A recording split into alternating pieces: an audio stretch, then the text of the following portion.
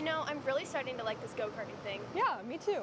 Oh my gosh, can I show you this cute dress I just got? Yes, of course. Oh my goodness, it's so cute. I just love shopping. I love shopping too. Oh my god. Wait, did you guys say you like shopping? Of Yeah. course. Well, dude, I have the perfect place to do that at. ShopPayKara.com.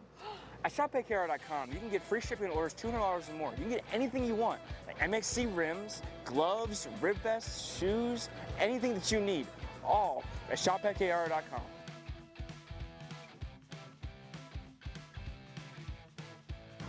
Who is he talking to? No idea. But we're gonna have to check it out. Sounds like a great deal. Sure does. Good morning, everyone, and welcome to the Motorsport. Cut. You all right, man? You sound way off. What?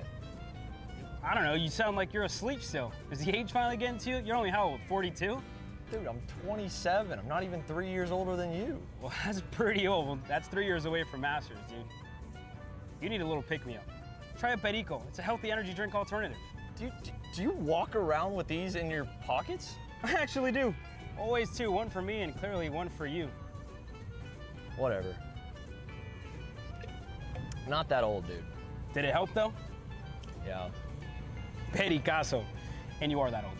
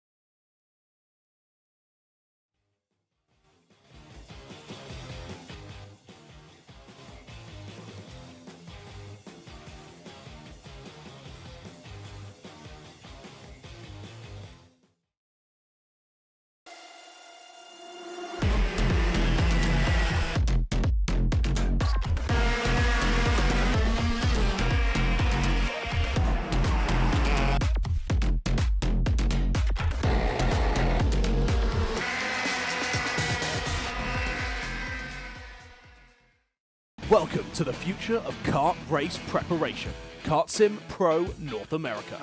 Featuring laser-scanned North American kart circuits and precision-tuned kart physics developed using real telemetry, dyno and tyre data, Kart Sim Pro North America delivers the most advanced and realistic kart simulation experience available today. Whether you're training for race day, refining your lines, or shaving tenths off your personal best, Kart Sim Pro gives you pro-level insight without leaving your home. Trusted by world champions, coaches, and karting enthusiasts alike, this is where virtual practice translates into real-world performance. Experience the thrill, the challenge, and the edge. Kart Sim Pro North America. Use code CHASER20 to get 20% off today.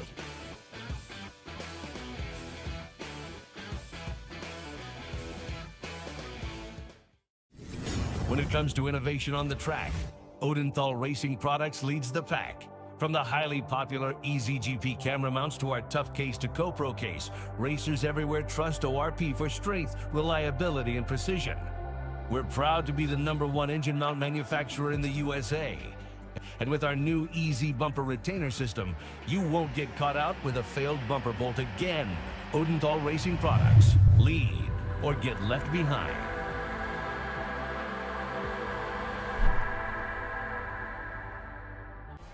From the garage to the grid, Acceleration Kart Racing is your one-stop shop for karting. Engines, parts, safety gear, tools, and more from the brands you trust. Everything you need for race day starts at shopakr.com.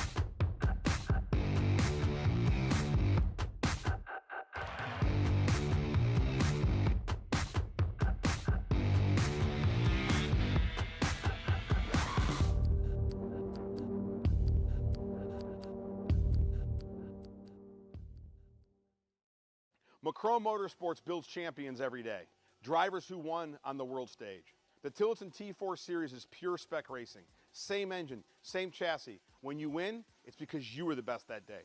Your edge is not the kart, it's the setup, the strategy, and the race team. With our Arrive and Drive program, you simply bring your gear, we provide the equipment and the championship winning support to every event. Stop wrenching, start racing. Your path to the T4 Nations Cup in Spain starts with us. For more information, contact us at macronmotorsports.net.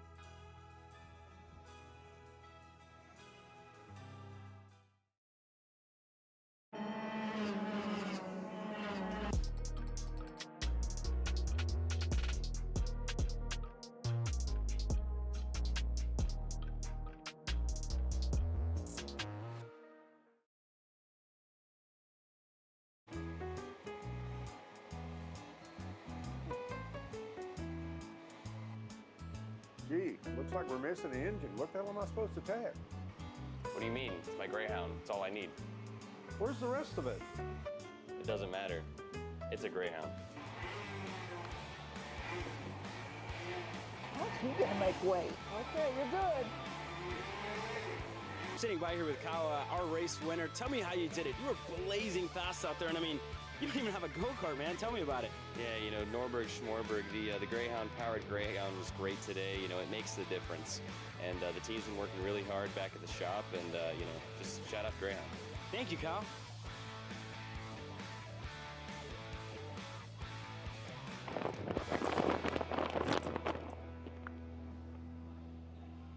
How the f did you just win? Doesn't matter. It's a Greyhound.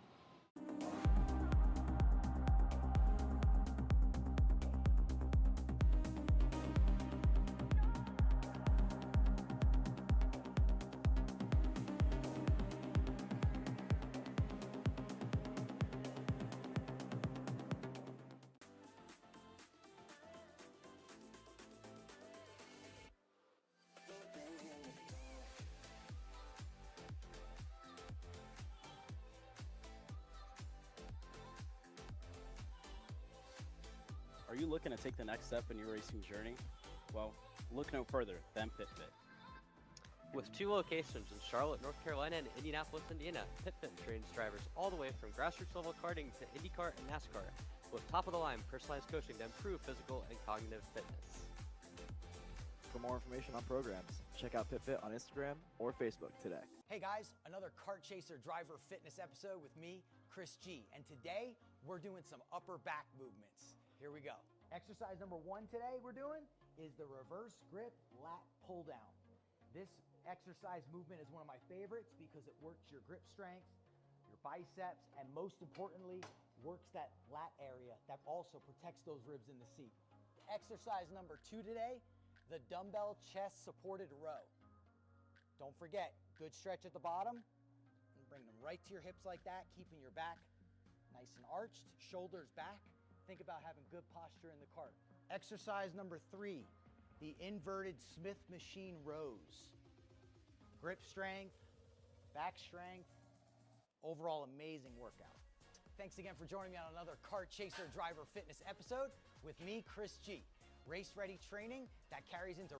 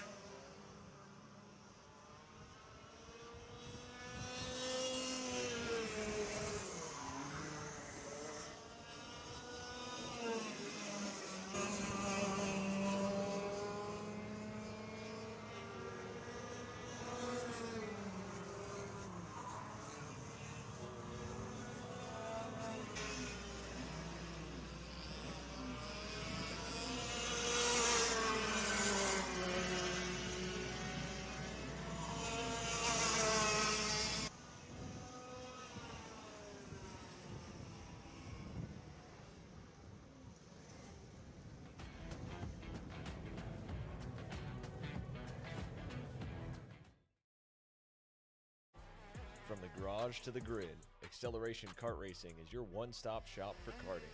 Engines, parts, safety gear, tools, and more from the brands you trust. Everything you need for race day starts at shopakr.com. Karting isn't just speed. It's control, precision, freedom. At Atlanta Motorsport Park, Kart Freedom isn't just a team. It's where drivers are made. Are you stuck with your kart racing? Not sure of the ideal kart setup? Or going to a track for the first time? Well, Kart Class has the answers for you. Our online portal has a wealth of experience and knowledge to help your kart racing. From kart setup advice to track guides that are targeted specifically to your circuit, or the driver coaching aspect with mindset, racecraft and driving techniques. If you want to take your karting to the next level, visit us at kartclass.com.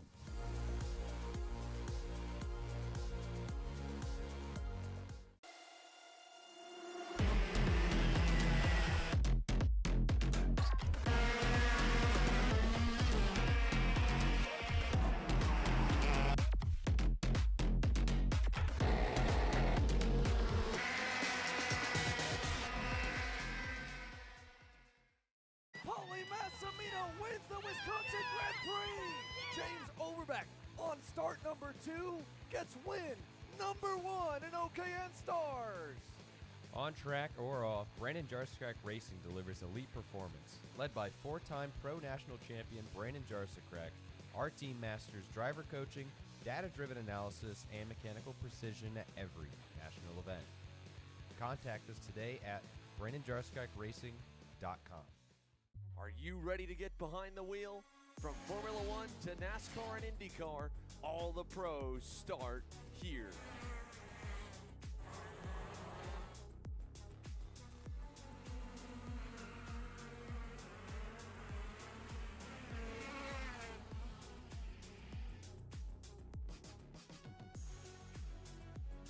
For more information, check us out online at mcckarting.com or call us and go racing today. Kyle, what are you doing? It's got my new Greyhound seat. You don't even have a cart. Doesn't matter. I have a Greyhound. Who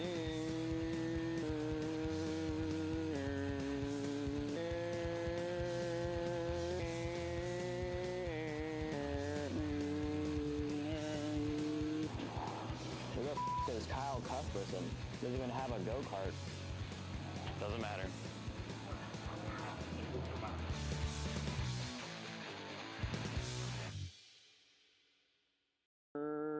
Cuthbertson through on Turney. Turney in the dirt. You know, I'm really starting to like this go-karting thing. Yeah, me too. Oh my gosh, can I show you this cute dress I just got? Yes, of course. Oh my goodness, it's so cute. I just love shopping. I love shopping too. Oh my gosh. Wait, did you guys say you like shopping? Of course. Well, dude, I have the perfect place to do that at. ShopAKR.com. At ShopAKR.com, you can get free shipping on orders $200 or more. You can get anything you want, like MXC rims, gloves, rib vests, shoes, anything that you need, all at ShopAKR.com.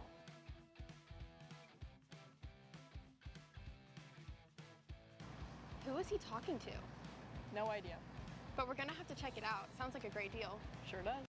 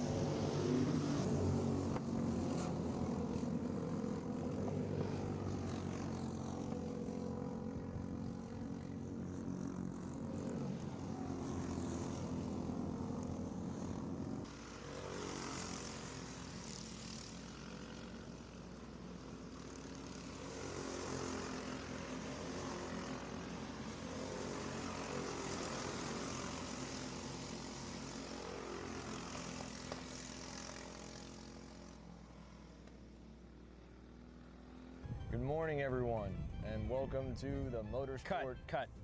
You all right, man? You sound way off. What? I don't know, you sound like you're asleep still. Is the age finally getting to you? You're only how old, 42? Dude, I'm 27. I'm not even 3 years older than you. Well, that's pretty old. That's 3 years away from Masters, dude. You need a little pick-me-up. Try a Perico. It's a healthy energy drink alternative. Do you walk around with these in your pockets? I actually do. Always two, one for me and clearly one for you. Whatever. Not that old, dude. Did it help though? Yeah. Pericazo. And you are that old.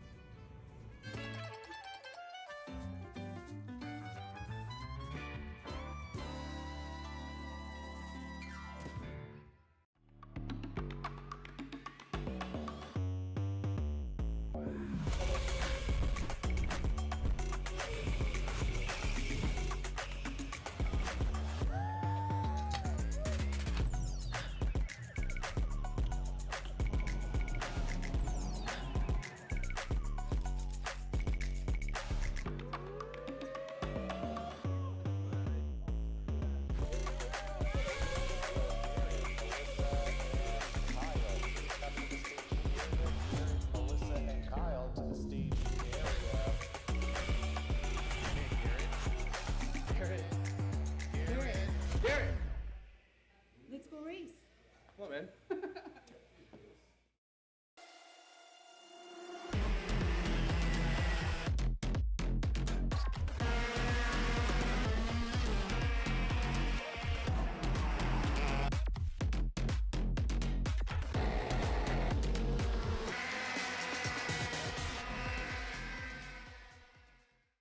Welcome to the future of kart race preparation. Kart Sim Pro North America. Featuring laser-scanned North American kart circuits and precision-tuned kart physics developed using real telemetry, dyno and tyre data, Kart Sim Pro North America delivers the most advanced and realistic kart simulation experience available today. Whether you're training for race day, refining your lines, or shaving tenths off your personal best, Kart Sim Pro gives you pro-level insight without leaving your home. Trusted by world champions, coaches, and karting enthusiasts alike, this is where virtual practice translates into real-world performance. Experience the thrill, the challenge, and the edge. Kart Sim Pro North America. Use code CHASER20 to get 20% off today.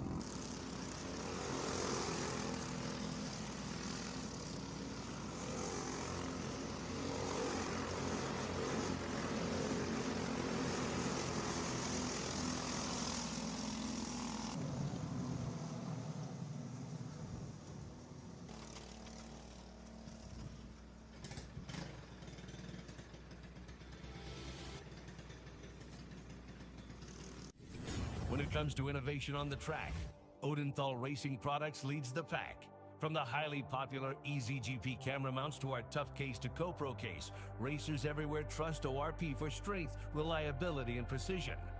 We're proud to be the #1 engine mount manufacturer in the USA. And with our new Easy Bumper Retainer System, you won't get caught out with a failed bumper bolt again. Odenthal Racing Products. Lead or get left behind.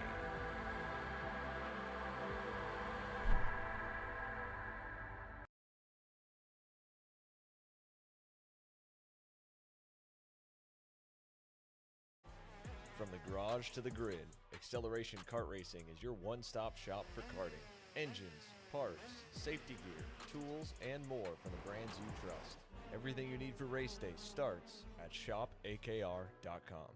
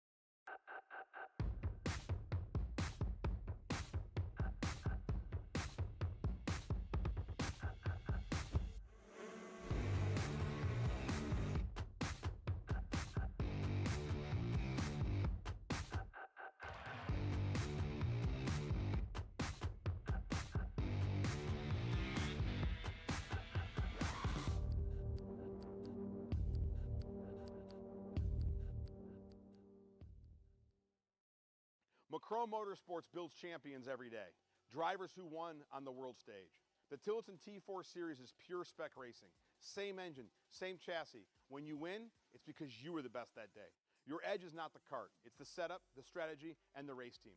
With our Arrive and Drive program, you simply bring your gear, we provide the equipment and the championship-winning support to every event. Stop wrenching, start racing.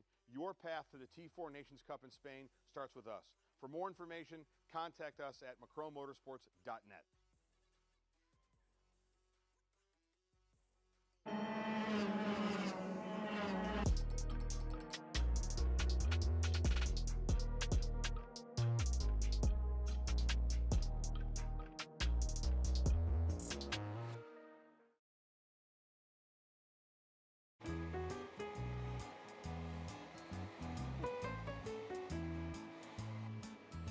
Gee, looks like we're missing an engine. What the hell am I supposed to tag? What do you mean? It's my Greyhound. It's all I need. Where's the rest of it? It doesn't matter. It's a Greyhound. You're gonna make weight. Okay, you're good. I'm sitting by here with Kyle, our race winner. Tell me how you did it. You were blazing fast out there, and I mean, you don't even have a go-kart, man. Tell me about it. Yeah, you know, Norberg, Schmorberg, the Greyhound-powered Greyhound was great today. You know, it makes the difference. And the team's been working really hard back at the shop, and, you know, just shout out Greyhound. Thank you, Kyle.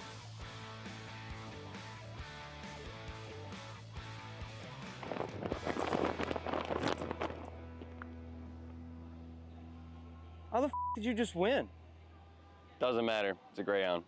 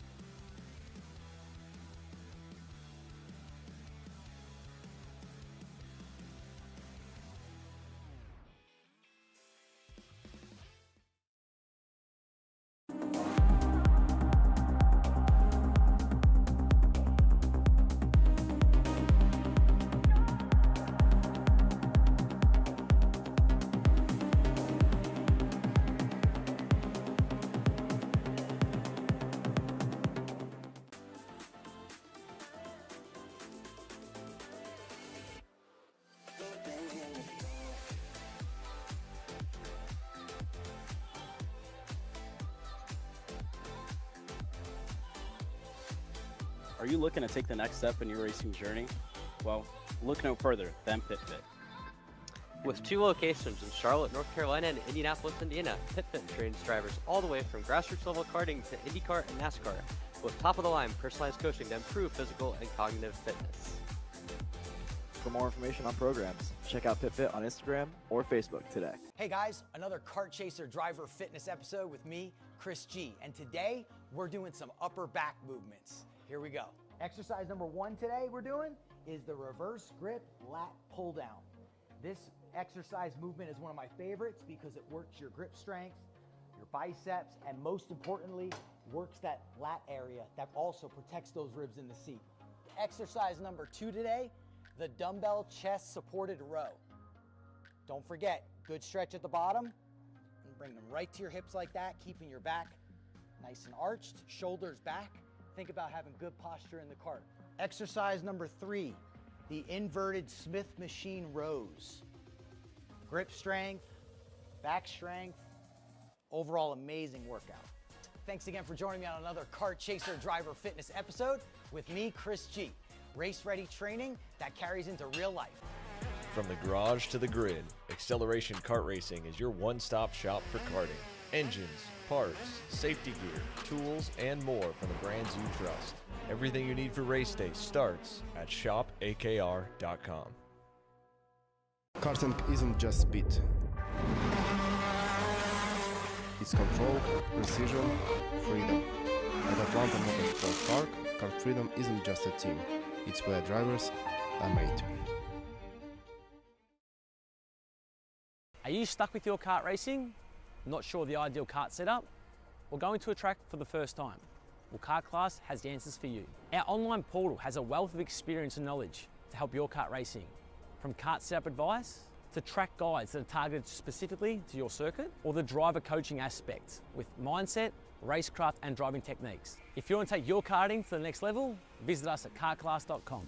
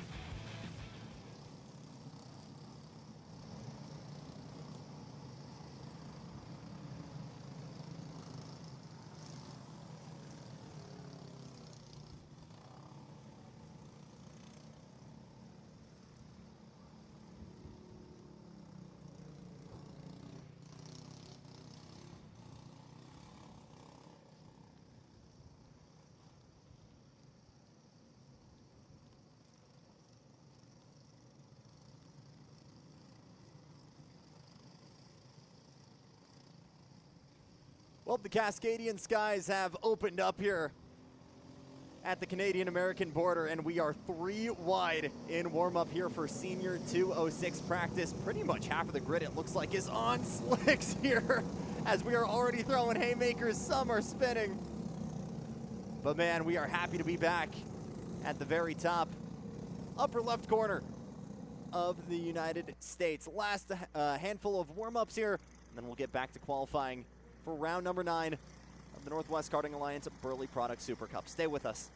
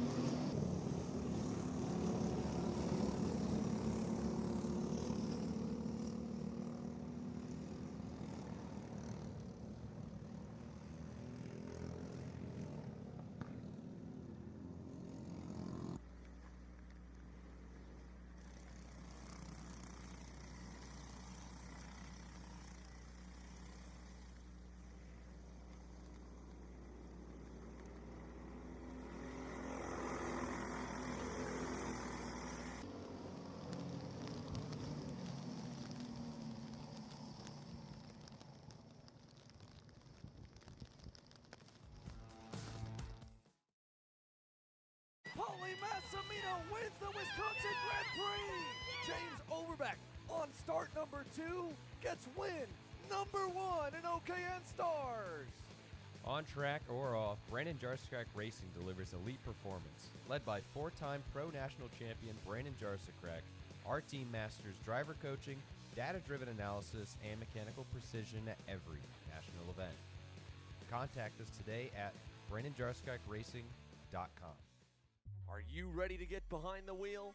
From Formula One to NASCAR and IndyCar, all the pros start here.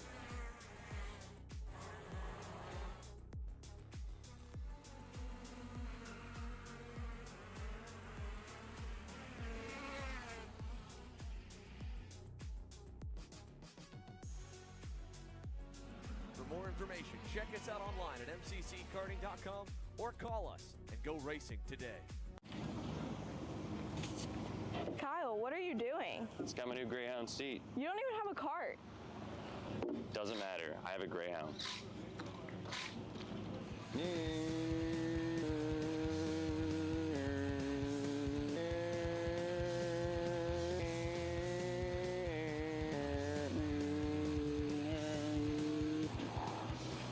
the is Kyle Cuthbertson? Doesn't even have a go-kart. Doesn't matter.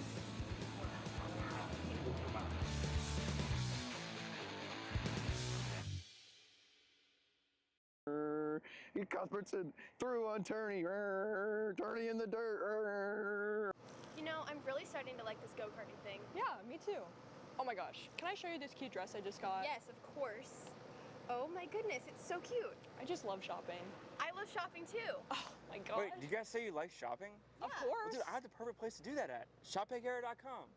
At ShopPayKara.com, you can get free shipping on orders $200 or more. You can get anything you want, like MXC rims, gloves, rib vests, shoes, anything that you need, all at ShopPayKara.com.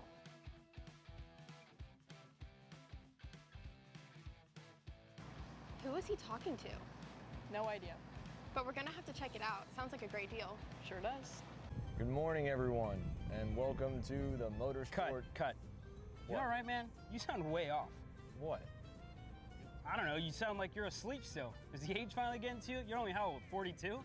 Dude, I'm 27. I'm not even 3 years older than you. Well, that's pretty old. That's 3 years away from Masters, dude. You need a little pick-me-up. Try a Perico. It's a healthy energy drink alternative. Do you walk around with these in your pockets? I actually do. Always two, one for me and clearly one for you. Whatever. Not that old, dude. Did it help, though? Yeah. Pericazo. And you are that old.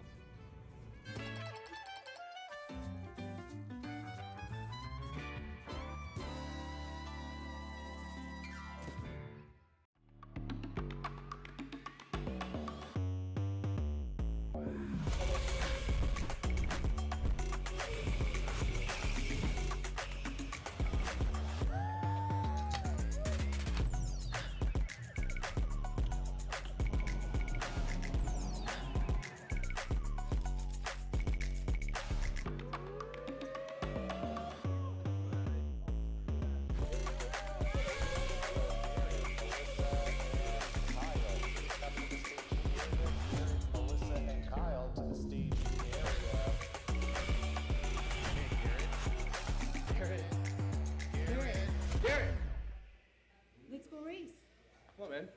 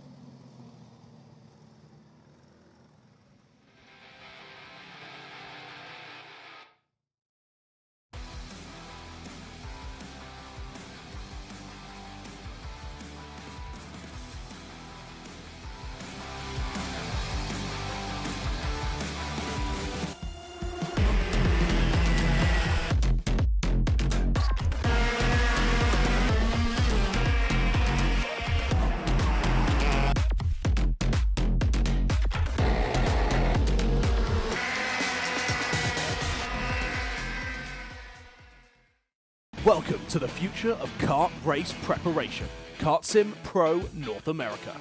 Featuring laser-scanned North American kart circuits and precision-tuned kart physics developed using real telemetry, dyno and tyre data, Kart Sim Pro North America delivers the most advanced and realistic kart simulation experience available today. Whether you're training for race day, refining your lines, or shaving tenths off your personal best, Kart Sim Pro gives you pro-level insight without leaving your home. Trusted by world champions, coaches, and karting enthusiasts alike, this is where virtual practice translates into real-world performance. Experience the thrill, the challenge, and the edge. Kart Sim Pro North America. Use code CHASER20 to get 20% off today.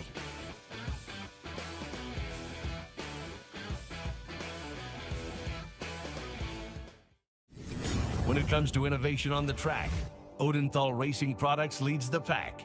From the highly popular EasyGP camera mounts to our tough case to GoPro case, racers everywhere trust ORP for strength, reliability, and precision. We're proud to be the #1 engine mount manufacturer in the USA. And with our new Easy Bumper Retainer System, you won't get caught out with a failed bumper bolt again.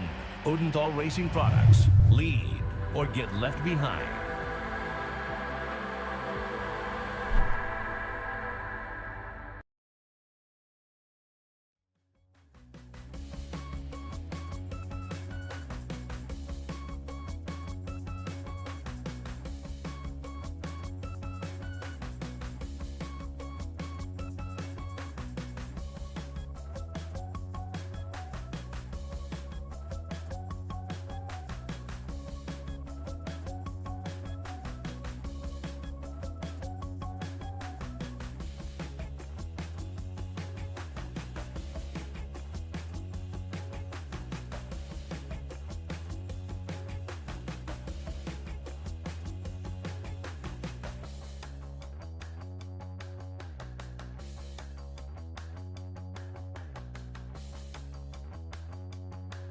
Well, it was over 30 years ago in Vancouver, BC, when Claudio Valiente first purchased a kart for his son, Michael, and what started as a weekend hobby quickly evolved into a family spread addiction.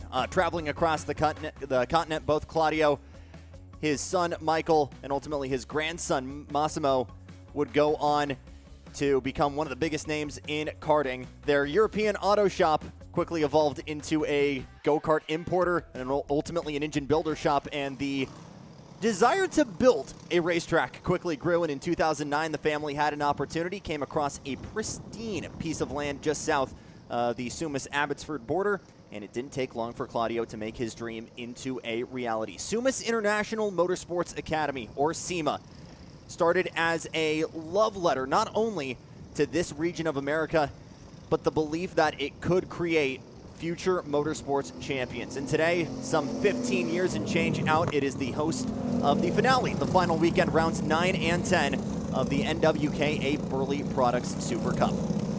Super happy you guys found us in this little corner of the internet here on Kart Chaser. My name is Jackson Lambros, alongside the machine, Dean Helt, Tri-C champion, here in the booth. Dino, this sheet filled out quickly for guys wanting to come out and make this trek our second year here. The weather hasn't really shown it, but when we rolled in last night, I think you could see why so many people wanted to come on out. Yeah, as a native Las Vegan, I'm used to rolling hills and bushes, and out here it's nothing but pine trees, mountains, and a lot of rain, as we can see here with the number 43. Fifth and getting a little sideways here at what should be about turn number 5. It is absolutely pristine here in the Northwest. This is my first time being up here. I am blown away by about how majestic it, very seldomly, we go to a lot of places here on Kart Chaser, not the most majestic views, but here we got the mountains, we got a lot of greenery. Should set up for a wonderful couple days, rather, of racing this afternoon. Valientes have called it the Kart Chaser effect and us coming out and seeing a balloon in entries. We would beg to differ in that this is the gold standard in the Pacific Northwest for a top world level facility. Qualifying underway here, it's Perfection Powder Coating Cadet 206. Riley Schmidt in the 44. Quickest on track. That's her a little bit further back in the pink helmet. You're seeing Tyrese Flicking actually just go purple. That was him in the TB kart. As you look at the point standings, again, finale weekend for the 20th edition of the Burly Products Super Cup. It has been a heavyweight bout. Out in front, Riley Schmidt, Tyrus Flicking. Felix Bachase, who was the championship leader, a no-show this weekend after him having perfect attendance. That will throw the title fight over to both Schmidt and Flicking. Maggie Worley, Maverick Thompson coming in as well as outsider chances. But realistically here in championship contention, you go all the way back to pretty much P10 in the championship. Jensen Meyer, Aston Croft, Otto Powers, Harper Nuxall, all in contention. A couple of one-off entries as well this weekend. Sebastian Ochi in the 46. We've seen him in Southern California running the Champions of the Future Americas Series out in K1 circuit, running in the Mini U10 division. Max Green, Beckett Meyer, also making the trek out here to pretty much the Canadian border. Again, if you haven't been out here, you fly into Seattle, you drive up 90 minutes to get to Bellingham, you drive up another 40 minutes, and you reach the track. If you go another 2 minutes, you are going into Canada. But that is the eye in SIMA, the appeal not just from the greater Puget Sound, Seattle, Tacoma area, but a lot of people making the trek down from Vancouver. That is your leader on track, the 43, Tyrus Flicking, going around just on the outside of turn 4, it would seem. Dino, we talked about it coming into this weekend, or coming into the track this morning. We knew that the weather was going to be a factor. You know, we were talking about it maybe being at that crossover point with the weather right now. It's pretty obvious what the right tire is to be on track. Yeah, we had a couple guys, I believe it was in the first group of 206, senior that you guys saw go out, try to brave it on a set of slicks. The track was definitely a little close at that time. I think if we'd gone out slightly earlier than when we did, we could have had maybe the slick tires go quickly, but especially by the end of that session, and especially by the second group of senior 206, it was very obvious that the wet tire was the one to be on. Currently, you can see who is prepared. Tyrus Flicking really setting the pace here, over a second, currently according to our timing and scoring, over a second and a half quicker to Max Green in P2 and number 17. So definitely Mr. Flicking that go-kart around, making sure to hit all those apexes, or not in the rain. You really want to stay off of the racing line, avoid where the rubber is. Really, really interesting to see these young drivers cope with what would be probably the most difficult conditions that you could possibly ask for in the world of karting. Absolutely, and you join us here this Saturday morning when it is unfortunately weather that is on par for the region, I think would be the best way to describe it. But if you look back Thursday, Friday when our crew was rolling in, it has been picturesque weather all week long, and this paddock has gotten the opportunity to come and test in the days prior, and they have laid down this LeConte rubber a pretty good amount, and it's in that early phases still where the water's still coming down, and you really can't go offline because there's so much marbling off track. But again, there's so much rubber on the surface that's not absorbing that water. It's a kind of danged if you go online, danged if you didn't kind of scenario. So you just got to kind of ride the storm out for a little bit, hope that the marbles get washed off track and you can start migrating offline. Well, I tell you, we've got a couple carts that have gone off the racetrack, I believe on the exit of turn number 7 and turn number 6. Unfortunately, I think we've got about 3 carts off at the moment. Very, very treacherous conditions, as you can see, as we follow the number 90 here.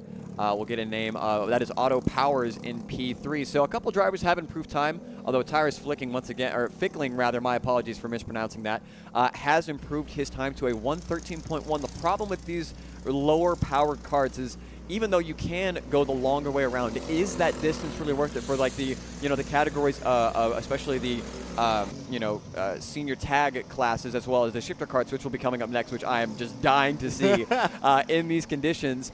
The distance versus speed that you can roll, a very, very difficult compromise, especially for these young kiddos. Some of them maybe even making their first proper sessions here in some very, very wet conditions, as we have yellow flags through turn number 6 into turn number 7, where a couple carts have come together. But still out in front, it is all Tyrus Fickling, but very close behind Maverick Thompson at a 13.3, and then Max Green still sitting in P3 at a 14.4. They've been advised not to try and rejoin the track and either stay in the go-kart or bail out and stay off of the racing surface if they do go off, especially in the far side of the track there by turn 6, 7, and 8, where it is a very high-speed part of the track. You can see, I believe that is Maggie Worley in the 55, maybe jumping off the axle there, trying to free that rear end up and get a little little bit better momentum coming out of the corner.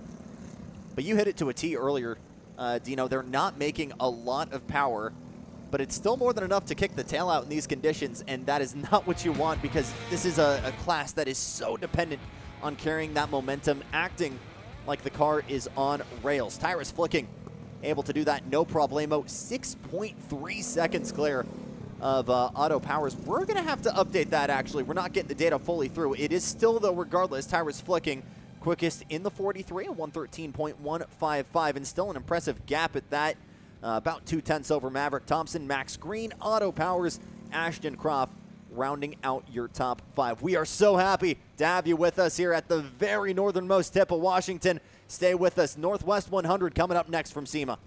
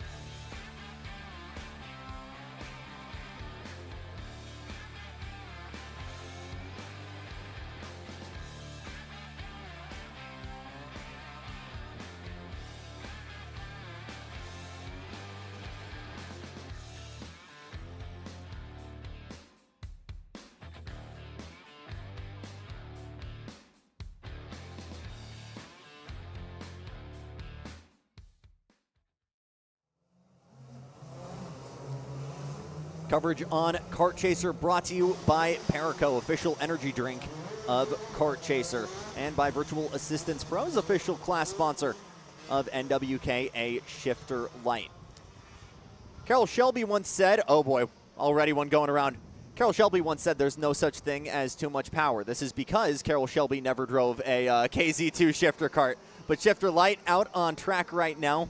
About 50 horsepower, 6-speed, lever-driven gearbox. Already a handful to drive, but when you add in these conditions, Dino, very slippery out on track, it becomes a tightrope walk at 70 miles an hour.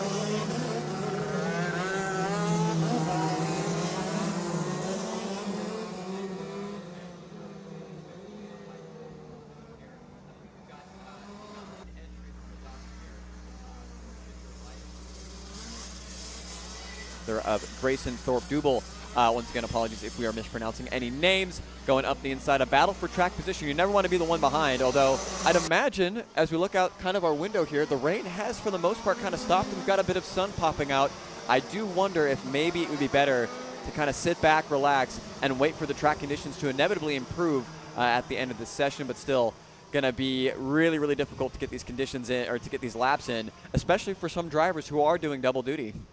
Massimo Valiante, Grayson Thorpe-Doble, Connor Wick, Eric Hermanson, Andrew Byrne, Alex Westland, and Asad Nikatambayev make up your 7 karts that have come out on track. I think, as you mentioned, Dino, we maybe have 2 who have elected to not weather these stormy conditions and maybe hope that the track dries out just a smidge here to opt for the more racing-friendly conditions. Much like a lot of the regional and club level championships, NWKA allows you to run a vast majority of the popular shifter packages, as, man, Grayson really letting it hang out there in the 36 TB kart. We've got a pretty solid mix on track right now. That red airbox on the right side makes me want to think that's a stock Honda shifter. I'm not entirely sure. I know for sure we're going to see Connor on a KZ. Massimo, more likely than not, will also be on a KZ2 package.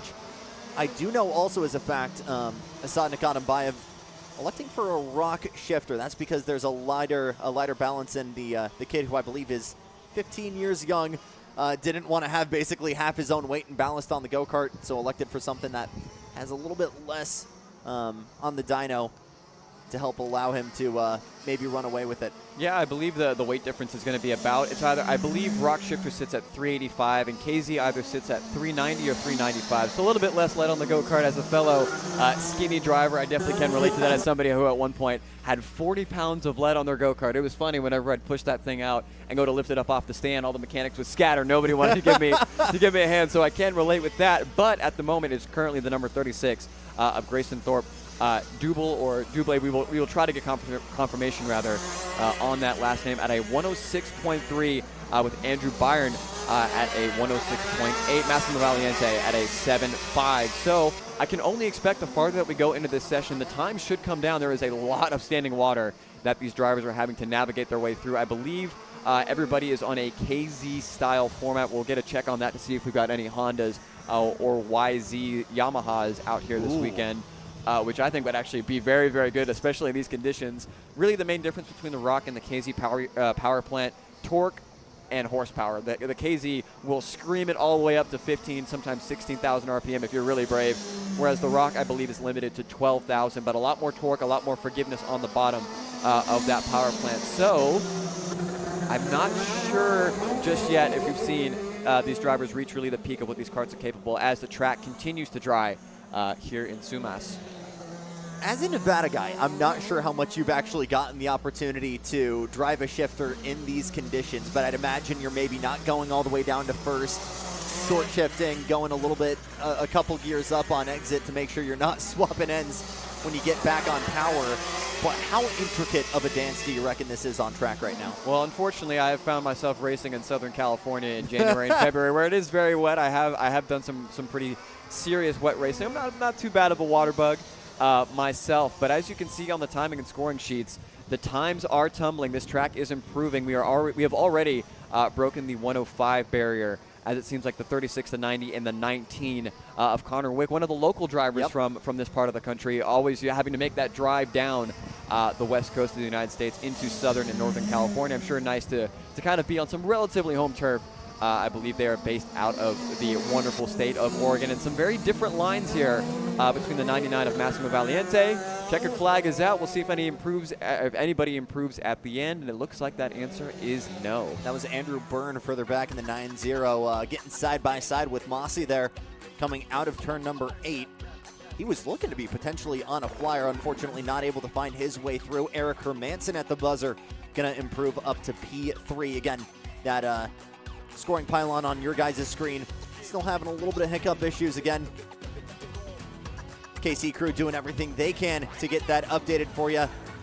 Order is still pretty much the same though. Grayson Thorpe Doble on pole position for round number 9. Andrew Byrne, Eric Hermansen, Connor Wick, and Massimo Valiante. It's one GFC with Wicked Racing in a sea of Ital Karts at home. Step aside for just a moment. When we come back, Shifter Heavy.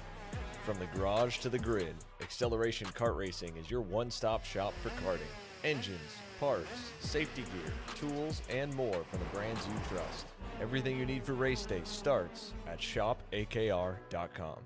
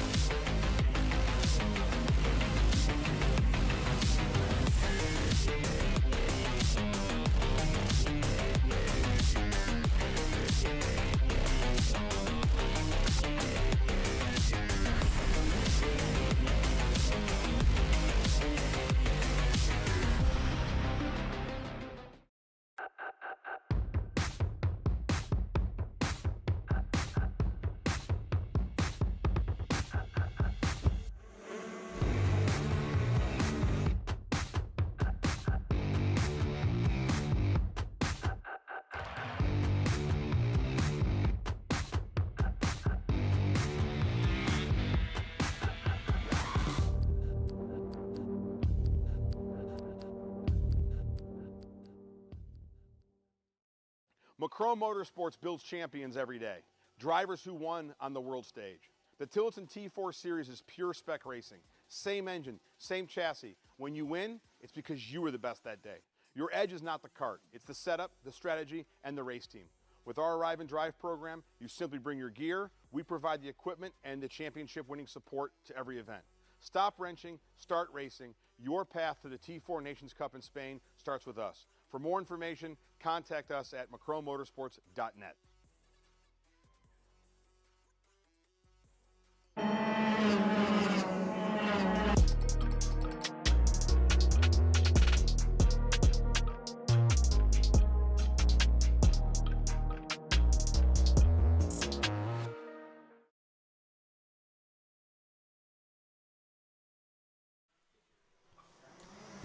Coverage on Kart Chaser brought to you by Acceleration Kart Racing. Visit shopakr.com for free shipping on all orders over $200. Midnight Motorsports Shifter Heavy takes to the track for qualifying for round number 9 here of the Burly Products Super Cup. Jackson Lambros, Dean Helt with you. Already had a one spinner here coming out of what looks to be turn number 7. In between turn 6 and 7, excuse me. Scott Chauffeur coming into this weekend as your points leader. Chris Worley in second. Looking at, it's looking like for sure Chauffeur's to win right now. He comes into this weekend with a 100-point advantage over Worley. Ryan Deaver, Ricky Worley, and Travis Henson, the remaining top 5 in the standings. TJ Madonna also having a handful of starts as well. Shifter showrunner out here in the Northwest. Travis Henson, first one to the stripe in the 103. Then your championship leader, Scott Chauffeur, in the 613. Ryan Deaver, Rob Kozakowski, Chris Soliotis, who we saw last year. Phenomenal battle Sunday for round number 10, battling with Ryan Hager. Jeff Westland in the 35 make up your round of 6. Was trying to touch on it earlier before we kind of had a little bit of catastrophe in Shifter Light. Dino, how hard is it to drive a shifter in these conditions? It's actually not too bad. Really? Yeah, I mean, you've got four-wheel brakes, you've got a lot of power underneath you. It's really, the hard part is going fast. It's not difficult to drive, but it is very difficult to go fast. You're using a lot of the gearbox, especially over these curbs, although very high curbs here at SIMA, which I wouldn't expect to see too many drivers go over. Maybe through that turn 5 complex, I could see some drivers maybe dipping some tires, maybe even into the grass. It's all about trying to limit the distance. As you can see, 103 going around. That is your current provisional pole sitter of Travis Henson getting a little bit sideways. These are very, very difficult conditions. As you can see, when you get, it's difficult because you can either choose water or oil. You can either run on the rubber on the racing line and go for the shortest distance. And as mentioned, the track, we are not getting rained on at the moment, so it should only be getting drier as this session progresses. Or you can go around the long way through the water, but at least you will have more traction on the exit. So I'm really managing the power is going to be the big thing here for these drivers. I would imagine in these conditions, I would almost say I would want a Rock Vortex power unit as compared to the outright power of a KZ, which I believe a lot of these drivers are going for. Also, you might want to notice some of them have their air boxes turned backwards to make sure that that engine is not sucking up that water. Currently provisionally on pole is now Ryan Hager in the 114 at a 109.7. So some of these drivers still figuring out these conditions. I'd imagine we will be seeing times similar to what we saw in Pro Shifter, maybe 107s by the time that we conclude this 5-minute qualifying session. Still following the 103, Travis Henson. Beautiful beard on that man. You see it actually sticking up underneath the stilo, going to the side, letting it hang there. Actually does go quickest again there, I believe. Looking up a machine you're familiar with, the 470 CRG California here of Ryan Deaver, currently 3rd quickest on track. Ryan Hager just going to the top with a 108.344. Chauffeur with a 109.26. Those are the only 2 main breakaways right now. Remainder of the field still struggling to break beneath the 110s. And again, these guys, if they've had the opportunity to come out and practice, it has been picturesque sunny weather all week long. So a handful of these guys driving by Braille, trying to figure out where grip is right now. And again, that data may be only good for a session or 2, because as this track's going to evolve, the higher line is opening up. I'm looking out the window. We're already seeing those marbles offline get pushed and washed out further and further off track. So who knows what this could evolve into.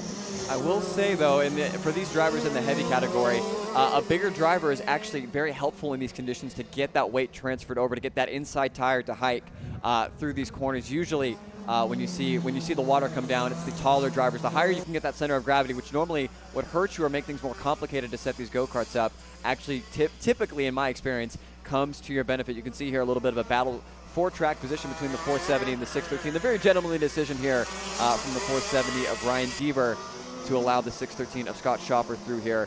Very tight at the top. Ryan and Scott only separated by less than 2/10 within a 2-second drop-off to Mr. Deaver in P3. Also, how much data do these drivers have in these conditions? You have to completely change the setup. You have to completely change the rear width of these go-karts, the width between your two rear tires. So how much of that do you really want to change, especially looking like it's going to dry up maybe a little bit later on when we get into the pre-finals a bit later on today after lunch. And obviously, if you're any of these mechanics for any of the groups coming up, the NW100 Senior or Tag Junior, you got to be thinking, maybe we run a dry setup in these wet conditions as the checkered flag is out. Last second improvement for Scott Schoffer, but it is all Ryan Hegger. No, Schoffer improves to pole position at a 7.6 at the death. Travis Henson on pole position in shifter heavy. Scott Schoffer P2 with Ryan Deaver, Travis Henson, and Chris Soliotis rounding out your top 5. Step aside for just a moment as we'll go back to the tag stuff. Northwest 100 Senior coming up when we return here from Washington.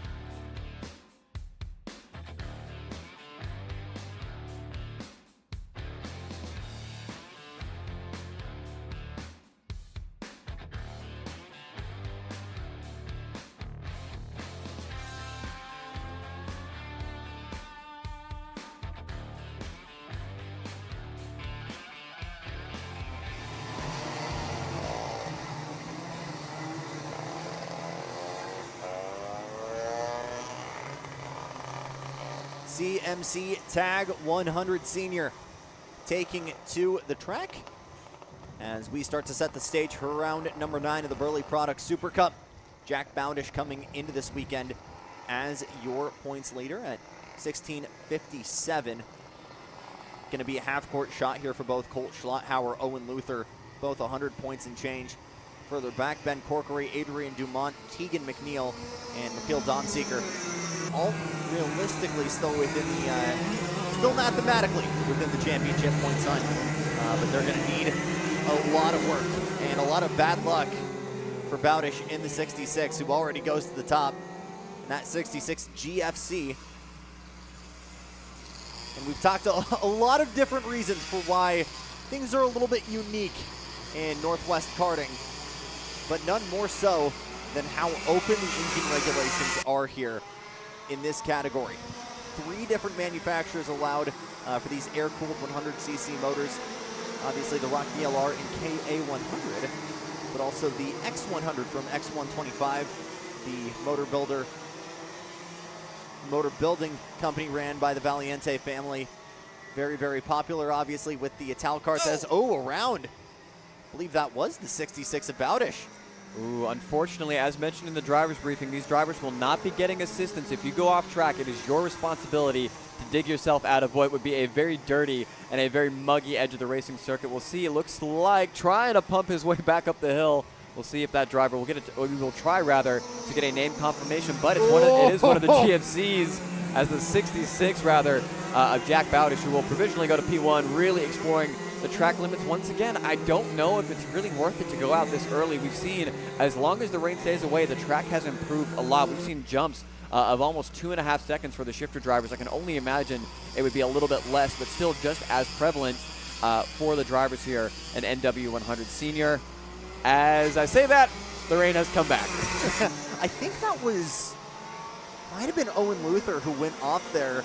It was certainly a GFC, and we might see him still parked here on the inside of turn number 7. Look at the curbing right now. Bowdish is using monster trucking through turn number 5. That is risky business, as there is not a lot of grip on tap there using those painted surfaces.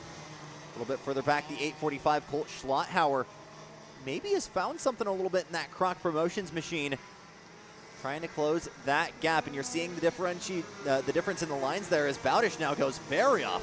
I tell you what, these guys may as well just park it right now. This track, that's what makes these conditions so interesting. You have, when the rain is coming, when it's dried out a little bit, you've got one shot to get that lap in. This track is gone. I don't see anybody realistically even improving. Even if you had a bad first lap, I would be surprised if we see anybody improve. It looks like we've had a couple people jump to the top. Currently, Ethan Acosta has gone to the top of the board as our timing and scoring resets. It appears now it is Cole Hager at a 109.255. As you can see, some varying levels of comfortability in these conditions as the rain continues to fall. This was forecasted. This tail of rain should be the last that we're going to see today, although I would never want to rule it out here in the Pacific Northwest. Grayson Talaba in the middle there in the Tony Kart pinstripes, the 215, trying to cut up this traffic right now, make a move on Schlotthauer. He maybe has some pace in that OTK. He wants the clean air, but is not able to find it. We were talking about it off air too. Only 5 minutes of qualifying, and with these conditions, that maybe gives you, at the very most, 3 laps of race pace. So you're seeing that anxiety right now. Everyone shuffling, jostling, wanting that golden piece of real estate on track to try and really push right now. Cole Hager still quickest. Mikhail Donseeker in the 013, making up that front row provisionally. So many guys taking a big chunk of curbing on exit too. That shocked me with how risky that is on exit. No one's fully swapped ends there just yet. Yeah, it is very, I'm saying yet because it is very low grip on exit. We saw a couple people basically 50-50 grind with the chassis last year. You can get in a lot of trouble very quickly in that part of the racetrack. This is the 018, and I believe that's a Tillotson chassis, but that is Ethan Acosta, who has ripped out the T4 power plant and put in a Rock VLR power plant. Not really what that chassis was meant for, but clearly, Dino, it's working. Third quickest on track right now. I tell you what, initially it looked like the rain kind of hit the, I guess what would be the first half of the racetrack, because it seemed the track that we're looking at, or the part of the track rather, the 5, 6, 7, 8 complex had stayed relatively dry. We saw drivers trying to use that big wet line that we see from one of the Tony Karts. I believe that is the 76, or no, that is the 215. I want to say your current provisional pole sitter going for some, or rather, Talaba is sitting in P4, using that extra, the extreme wet line, I would want to call it. Checkered flag is out. We'll see if anybody improves, but frankly, I kind of doubt it. We'll have to see.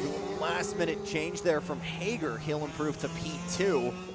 But Mikhail Donseeker setting the pace right now, a 107.736. Half a second clear of his roommate Cole Hager. Grayson Talaba in 30th, Ethan Acosta, Mateus Broerken, Ryder McLean, Lewis Stiley, Enzo Noel. Jack Bowdish did indeed go off and was not able to find any more pace. He's back in P9 with his fellow championship adversary Ben Corkery just on the edge of the top 10. That's going to make things very interesting coming into our pre-final and final. No heat racing. If you have pace, if you think you have something to make a run for the championship, you cannot hide. You need to make that run as soon as possible. Action continues here. We'll keep rolling through them. It's Tag Junior and Northwest 100 Junior coming up here from SIMA.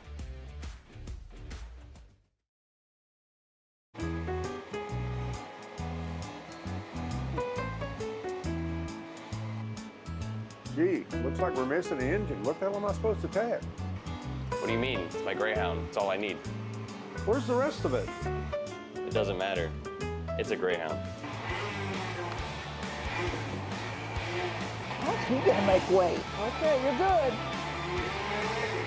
I'm sitting by here with Kyle, our race winner. Tell me how you did it. You were blazing fast out there, and I mean, you don't even have a go-kart, man. Tell me about it. Yeah, you know, Norberg, Schmorberg, the Greyhound-powered Greyhound was great today. You know, it makes the difference. And the team's been working really hard back at the shop, and, you know, just shout out to Greyhound. Thank you, Kyle.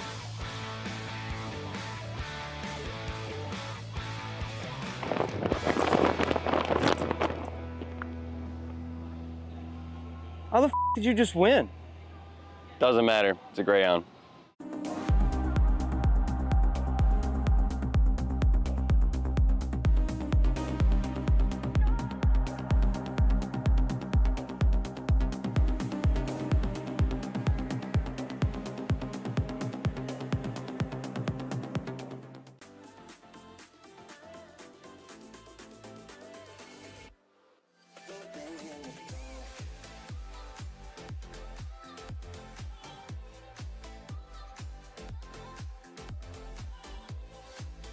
Are you looking to take the next step in your racing journey?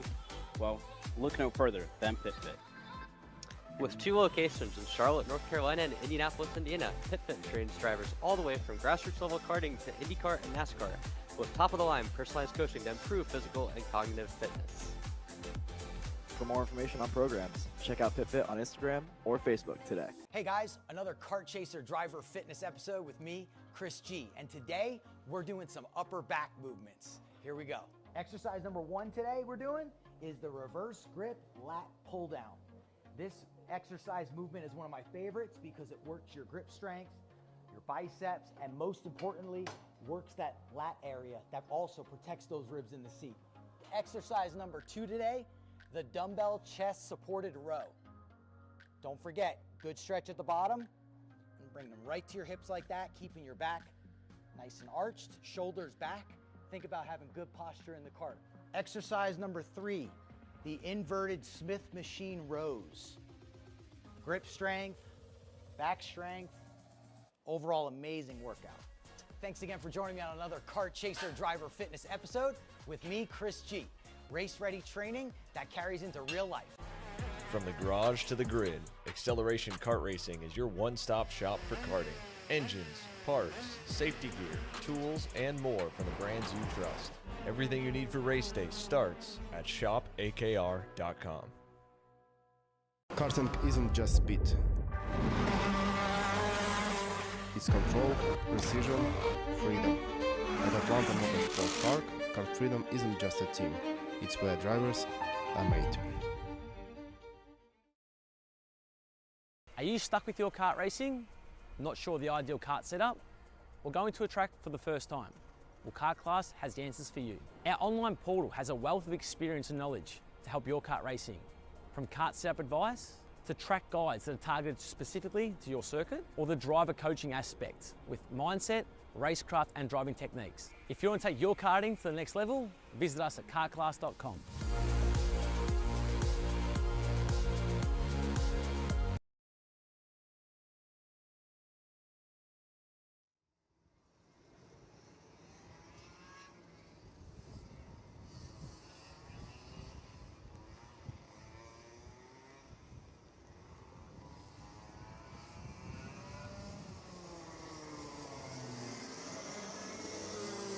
Tag Junior on the track here for qualifying for round number 9 of the Burly Products Super Cup. Presented by Wicked Racing and Italian Motors. Jackson Lambros, Dean Helt with you here just on the inside of turn number 10 as a small but powerful grid takes to the field here for 5 minutes of qualifying.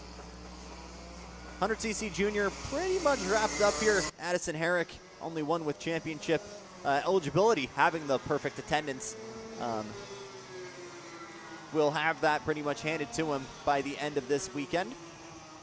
Needed to double check on 150cc, but looking at the entry list, I would imagine it is very much the same here, because I believe it is maybe 3 or 400 cc's and then 125. So small field, still a great opportunity to develop your skills as a driver, especially in these conditions. Yeah, I was going to say he doesn't really. I mean, we've seen it with our friends over at Champions of the Future. Just because you have a small field doesn't necessarily mean you can't have great racing. But I will say these are about as tough a conditions as you could ask for. I believe this is the currently 208 labeled as the 108 of Mateo Pai. These Rotax engines have a lot of torque on the bottom end. Very, very easy to spin up these rear tires for this Rotax power plant. Although it looks like maybe on a cool down lap at the moment. Are still going for it. Really trying to feel where the edge of that grip is. Obviously, everybody here is on a set of LeConte rubber. I want to give a huge shout out to our tire partners here this weekend. The rain is kind of on and off here at the moment. I believe we are through the worst of it for the remainder of the day. But as you can see on your screens, it is still a very, very wet and very, very treacherous racetrack. Mateo Pai in the 108. Max de Guzman making his return from last year in the 887. As we see, I believe that's Kai Deneuve on the needles right now, trying to adjust that Rotax power plant. Addison Herrick in the 2, Aiden Nash in the 5. I believe one other kart electing to stay out and sit out qualifying, knowing with how small of a field this is, can sit out qualifying and still have a fighting chance. Again, home race for Italian Motors and Italkart. Massimo Valiente, Remo Ricchetti. A lot of big names we've seen in SCUSA Pro Tour. Handful making that trek out to Newcastle for the Summer Nationals. Valiente fighting for Leader Circle and getting a cash payout at the end of this year's edition of the Pro Tour. Addison Herrick going full opposite lock right now, trying to find some pace in that number 2. Big fan of the number plates they do as well, having that digital clock style number plate always makes it easy for us to tell which one is a customer and which one is actually out of the factory cart. Well, factory. 887, Max de Guzman going quickest, 110.487. I believe Aiden Nash still limping around in the 5 right now, trying to find a little bit of pace. Mateo Pai and Addison Herrick also out as well. Yeah, as we're coming up on the 1 minute to go in this session, can only assume this is it's really difficult to read what the conditions are right now. I do believe as we look over at the red container, shipping container across the street, kind of giving me a visual marker if the rain is coming down. It looks like at the moment it has stopped, but Mr. Sun is not blessing us with his presence at the moment. So this water is only going to be moved maybe slightly off of the racing line, although as you can see, man, Herrick needs to kind of back it up a little bit. Really, really going for it here in this Italkart. Got to make sure, you know, with a field this small, the last thing you'd want to do is find yourself off track or even worse, into a barrier. So coming up with about 1 lap to go here in this qualifying session, it is all Mateo Pai out in front. Looking at the weather as well, I don't think we're expecting to see the sun come out at all for the rest of the day. But this should be, hopefully, fingers crossed, the last swell of rain we're getting. So what do you think? Where are we expecting that crossover point where maybe guys can get off of the slicks and move back over to the wets? Will it be at the end of pre-finals? Will it maybe be that transfer point halfway through finals? What are you expecting here for the remainder of the day? I'd say it's probably going to take at least a good hour, maybe even hour and a half. If we look at our timing, I would say somewhere around Tag Senior and Tag Heavy's pre-final is when we could see some drivers maybe take the gamble. The hard part isn't necessarily, you know, picking which. It's when there's that crossover period and you're sitting on the grid thinking, maybe I can make these things work, as all of your competition sits on a set of wets. A lot of performance to be had with the slick tires. De Guzman goes to the top of the board provisionally at a 10.0. Going to be a really difficult time. We'll cross that bridge when we get there. When we get there, I should say. So there it is at the buzzer. Max de Guzman getting that 887 on top as he works his way back home in that GFC Wicked Racing Machine. Through the opening S's, through 3 and 4. Mateo Pai in the 108 going to start alongside him with Addison Herrick and Aiden Nash in 3rd and 4th. Kai Deneuve 1 lap on the Rotax, adjusted the needles, kind of knew everything was good. Is the one actual tag, how do we say this, 125cc in this field of 100s. Knew he didn't need to do much and just had to get by the stripe for him to qualify. So took that thing back into the scales and will be the lone kart. We'll do some passing in the pre-final. Step aside for just a moment. We move back over to the 206 stuff and go 4-cycle racing with Masters and Grandmasters for Briggs coming up.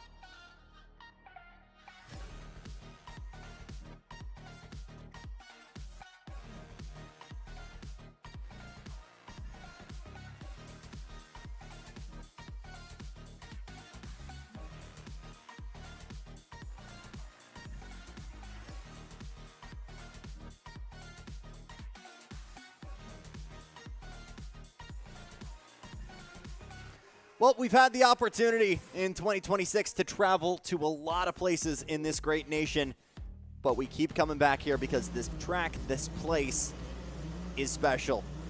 Sumas International Motorsports Academy, SIMA, right here on the very tip top of the Northwest of America. Woo! And already one going around.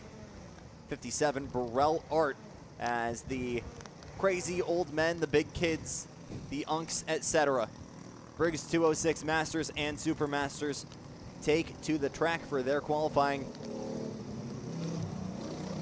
And again, the conditions, we were kind of joking about it earlier. They were optimal for the shifters, both light and heavy, and then the minute the kiddos came out, this guy's decided to open up and give them a little bit of a challenge. Yeah, and I tell you what, I know that we're in the Northwest, but this is prime English weather. The rain has returned. It is very off and on here, but would you expect anything less for being in this part of the world? We saw earlier, I want to say, give a shout out to Randy Cole. Did warm up in a pair of jeans, had the racer jacket and a pair of jeans. He's got the full suit on. Yep. Needless to say, wouldn't want to be racing in wet denim here. So I believe 8 drivers on offer here for what is going to be the Brian Green Construction Masters and not Super Masters, but Grand Masters Briggs 206. Some of these drivers, this is going to be their first professional timed sessions in these conditions. How aggressive do you want to be, knowing that one mistake could land you in some very, very deep and muggy gravel, or I should say dirt and grass. Of course, kart chaser grass roots here this weekend that you may not return from. Yeah, I mean, the racing was phenomenal for the 4-stroke stuff last year. It wasn't necessarily constant wheel-to-wheel, but it felt like World Cup soccer. Constant defense, constant white lining, and really having to work to make a pass stick. We have not seen these conditions on this program just yet, and we've been chomping at the bit, being eager to see what a wheel-to-wheel environment looks like when you're on a Briggs & Stratton motor, because just seeing it during warm-up earlier on, it seems like these conditions, this level of grip, seems to really facilitate some clean but really, really condensed racing. So we'll have to see when we have a 6-minute pre-final and a 12-minute final coming up later on in the day. The 125 CRG of Randy Cole, your leader right now in Grandmasters. Brian Green, Michael Shorn, Timothy Hughes, still eligible for a end-of-year championship.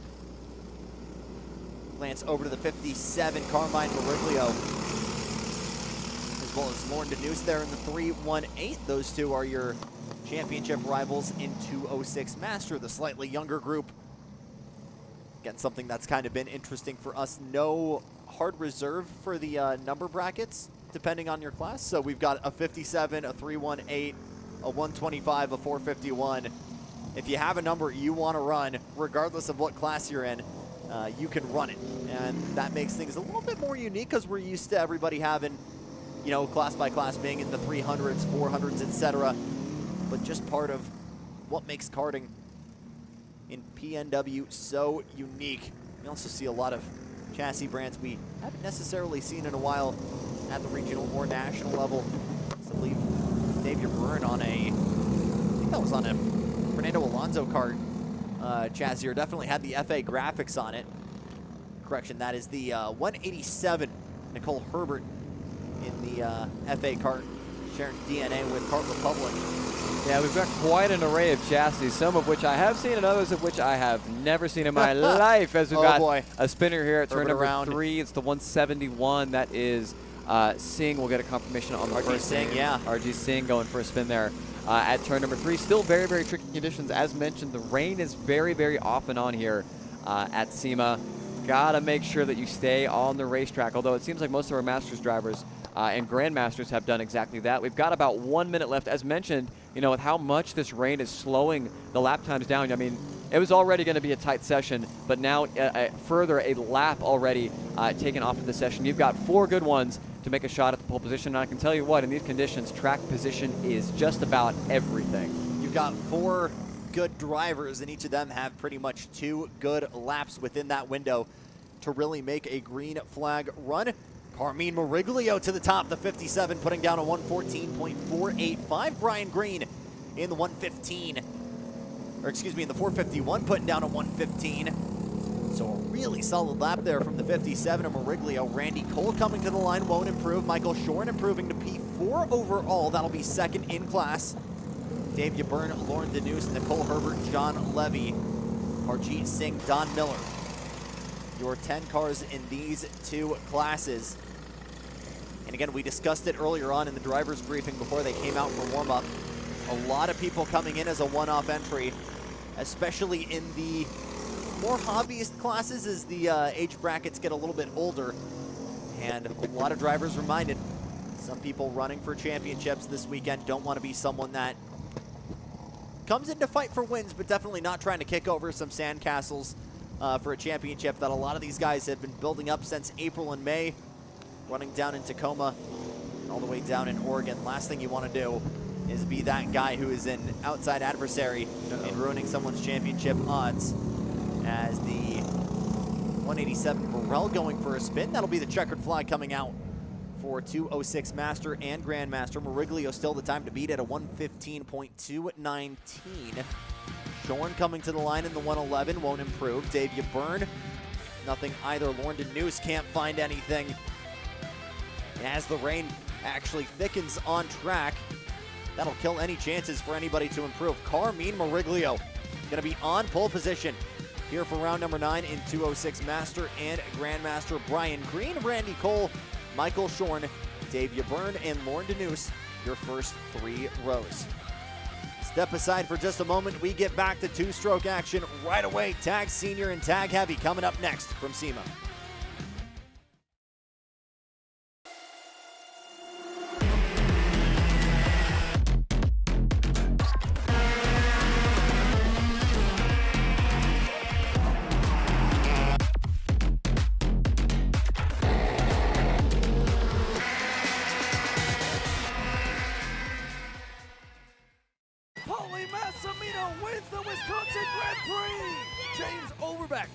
Start number 2 gets win number 1 in OKN Stars. On track or off, Brandon Jarsekrak Racing delivers elite performance. Led by 4-time Pro National Champion Brandon Jarsekrak, our team masters driver coaching, data-driven analysis, and mechanical precision at every national event. Contact us today at BrandonJarsekrakracing.com. Are you ready to get behind the wheel? From Formula One to NASCAR and IndyCar, all the pros start here.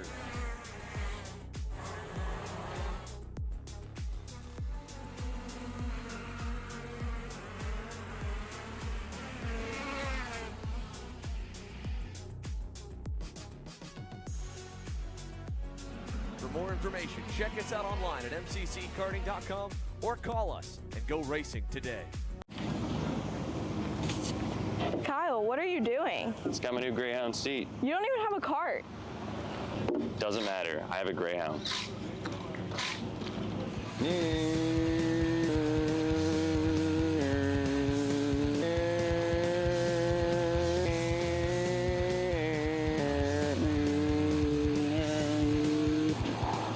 the f is Kyle Cuthbertson? Doesn't even have a go-kart. Doesn't matter.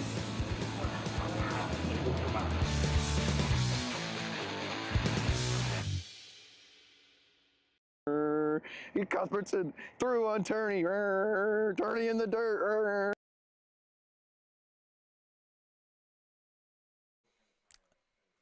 Sick trophies. Tag Senior taking to the track. As Massimo Valiente and Eric Hermanson going to go at it for the title here in the 2026 Burly Products Super Cup. Valiente winning the opening 5 rounds of the championship.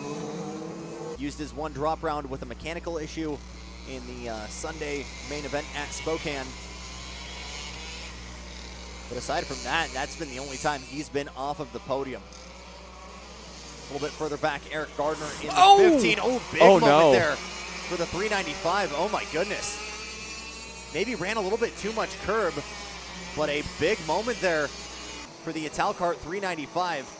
Cloud coming out of turn number 4. That is Valiente. That is one of your championship leaders. And remember, we've only got a 6-minute plus 1 lap pre-final coming up. It is a smaller field, only 9 drivers on offer here this afternoon for Tag Senior. but that's one of the things that we had mentioned off air, that, you know, if you have one of these errors, you're not going to be able to go back at it. We'll see if Valiente is able to get himself back on course, but already, I mean, at a track where it is very, very difficult to pass with really not a whole lot of time, door has swung wide open for this championship. No help from NWKA officials, so Valiente going to have to self-service that Italkart back on track to try and make that happen. Cam Blakesley, the quickest to get things started in the 10 GFC. Now Mateus Broerken in the 7.16, going the quickest with a 108.782, and you can see how much standing water there is just on the inside, and I'm not sure. You can get why Valiente went off. He was able to get that car going again, but man, there is so much standing water here right by where the apex ought to be through turns 4 and 5. I'm not sure if there's necessarily a right line to do or an optimal line, just the least suboptimal. No, it's just find the grip where you can. You know, it's really difficult because the track is changing so much on a lap-by-lap basis. This is one of the, I wouldn't necessarily say the bigger categories, but certainly a 9-driver field, pretty healthy for this part of the United States. That track, it's going to, all the water that is sitting on and in and around the racing line is going to get pushed over to the sides. I would not be surprised if, especially by the time that we get to our next group, that maybe some drivers start to venture back onto the conventional racing line as times continue to drop here, almost already into the 107s, as Gudetta Gardner, as I say that, Bruno Mendez goes ahead and jumps himself to the top of the board at a 107.6. The 108 barrier has already been broken, but as mentioned, it's only a 5-minute qualifier, already 3 minutes and 21 seconds into this session. Maybe for these drivers, 2 more laps if you're lucky. Gardner and Hermansen next to each other on track, as well as on the scoring pylon right now. Hermansen thought about maybe making a pass on that GFC. This will make it easy, though. Gardner going off in turn number 5, just rolling a little bit too much speed. Drop those outside 2 LeConte into the standing rubber, or into the standing water, I should say, and sailed off into the grass. Was able to keep that GFC rolling. That'll be 1 lap down. He'll have to go all chips in on this final lap. Bruno Mendez now setting the pace, 107.646. Puts him up 0.2 from Mateus Broerken. Valiente back on track, put his first lap at full song. That was only good enough for P6, so we'll really have to find some more here. And again, that was a big hit into the Tech Pros. Was something maybe bent in that Italkart? Is he able to get that thing fully up to race pace once again after lunch when we get into the pre-final and final? Well, Valiente has at least provisionally been able to recover to P6, but I'm sure not the qualifying effort that the Italkart driver would have wanted, but still not the end of the world. Still time for this track to improve, yet as Mendez continues to remain at the top of the board at a 106.8. So there you go, in 1 lap, the times have dropped almost 3/4 of a second, if not more. I would expect the pole time, and I want to say this as well, these drivers in objectively worse conditions than the shifter karts are going almost as fast. The conditions on track are changing constantly, and as you can see on your screens for those of you watching on Kart Chaser, it's kind of brightening up a little bit. I keep saying, you know, it's brightening up, it's raining, it's brightening up, it's raining, going back and forth, back and forth. I do believe the rain has at least slightly slowed down to at least a sprinkle, to say the least. We should be coming to the checkered flag this time by. We'll see if anybody's found a sprinkling of pace for their final qualifying laps. Again, you don't really have the straights here to really stretch those legs. Hopping over the curb there, Gudetta Gardner coming to the line. But as the checkered flag flies here, the 77 of Bruno Mendez on a flyer, 105.996, nearly a full second up from Gudetta Gardner. Eric Hermansen coming by just a little bit further back. We saw him really wheel hopping over the curb there. That's best for 3rd. Mateus Broerken, Massimo Valiente, Cam Blakesley, Curtis Wolf, Ella Salzman, Giovanni Benson, and Lena Zaboltny rounding out your top 10. But for the first time this season, Bruno Mendez on pole for round number 9 in Tag Senior.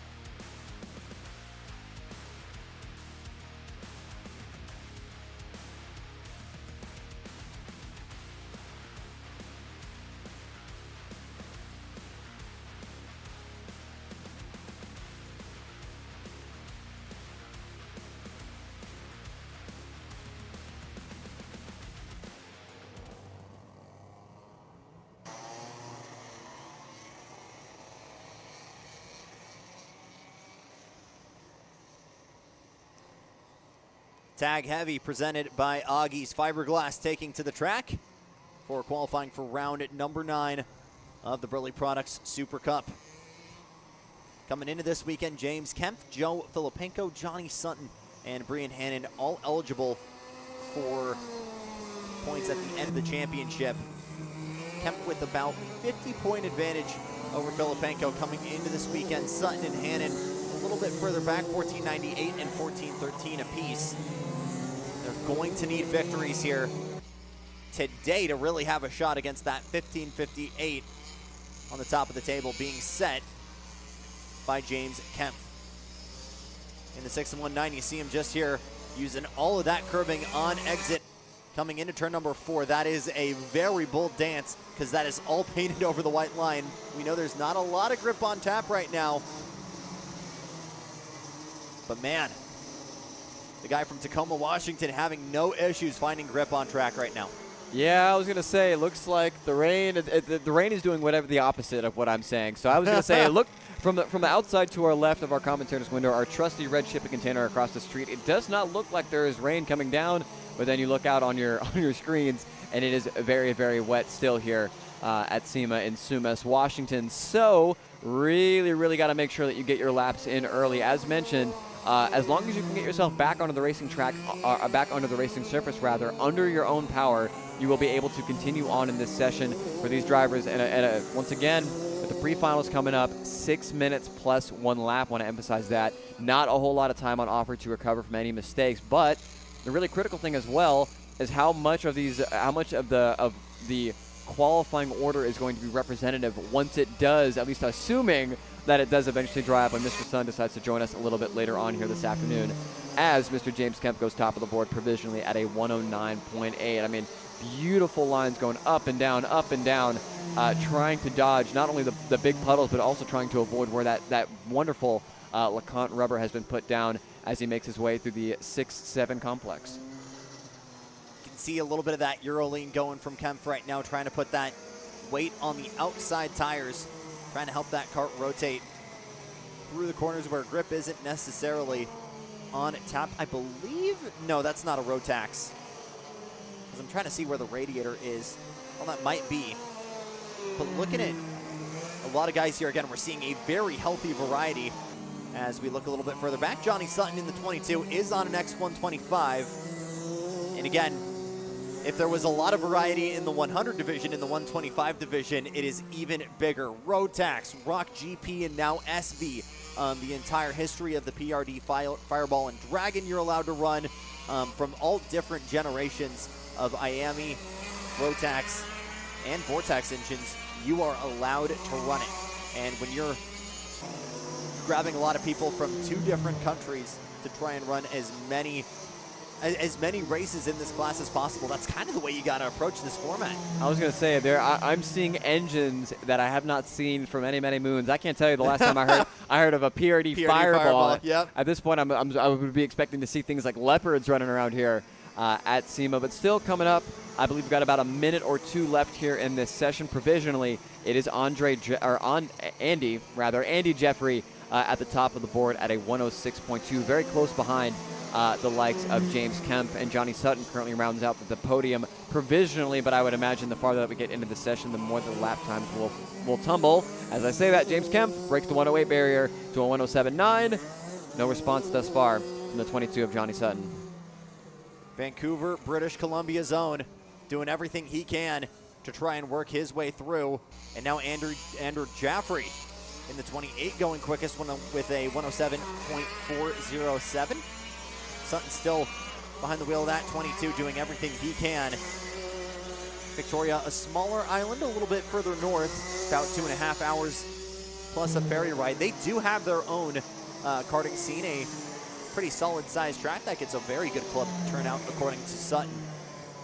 But him and a handful of other Victorians making the trek out here every single late summer, early fall to come and run what we've been joking is starting to evolve into a Super Nuts isn't the right word, but definitely one of the biggest regional races in the area every single year. And you see that boom in tag entries. You're certainly going to see it later on when we have what's going to be, I think, close to 50 entries in Briggs 206 Senior taking it to the track. This is checkered flag. Jaffrey still the time to beat at a 107.407. Kempf and Sutton coming to the line. And Will Beidel in the 11 will actually improve to the front row. Gets a big improvement there. Goes from a mid-108 to a 107.6. So we'll jump a handful of positions. We'll push Kempf and Sutton down to the second row. Dale Taylor, Tom Madden, Frank Berthelon, James Pickles, Chris Soliotis, and Tony McNair round out your top 10. And for James Kempf, going to be the 14th NWKA pole position to kick off round number 9. Step aside for just a moment. When we return, 19 Briggs 206 drivers taken to the track here at SIMA.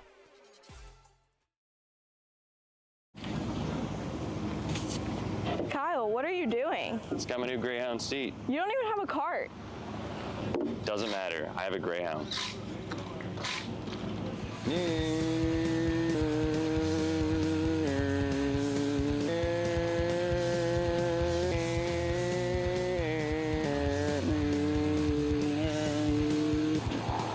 the f is Kyle Cuthbertson? Doesn't even have a go-kart. Doesn't matter.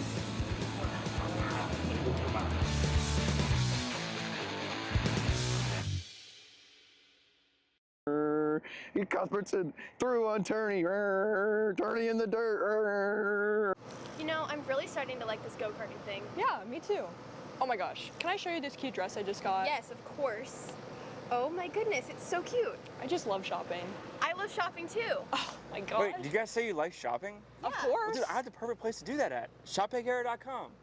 At ShopPayCara.com, you can get free shipping on orders $200 or more. You can get anything you want. Like MXC rims, gloves, rib vests, shoes, anything that you need. All at ShopPayCara.com.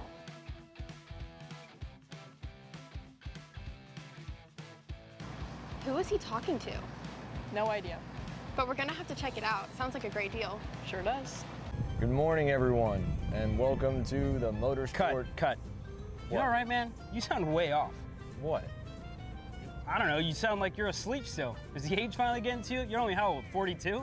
Dude, I'm 27. I'm not even 3 years older than you. Well, that's pretty old. That's 3 years away from Masters, dude. You need a little pick-me-up. Try a Perico. It's a healthy energy drink alternative. Do you walk around with these in your pockets? I actually do. Always two, one for me and clearly one for you. Whatever. Not that old, dude. Did it help though? Yeah. Pericazo. And you are that old.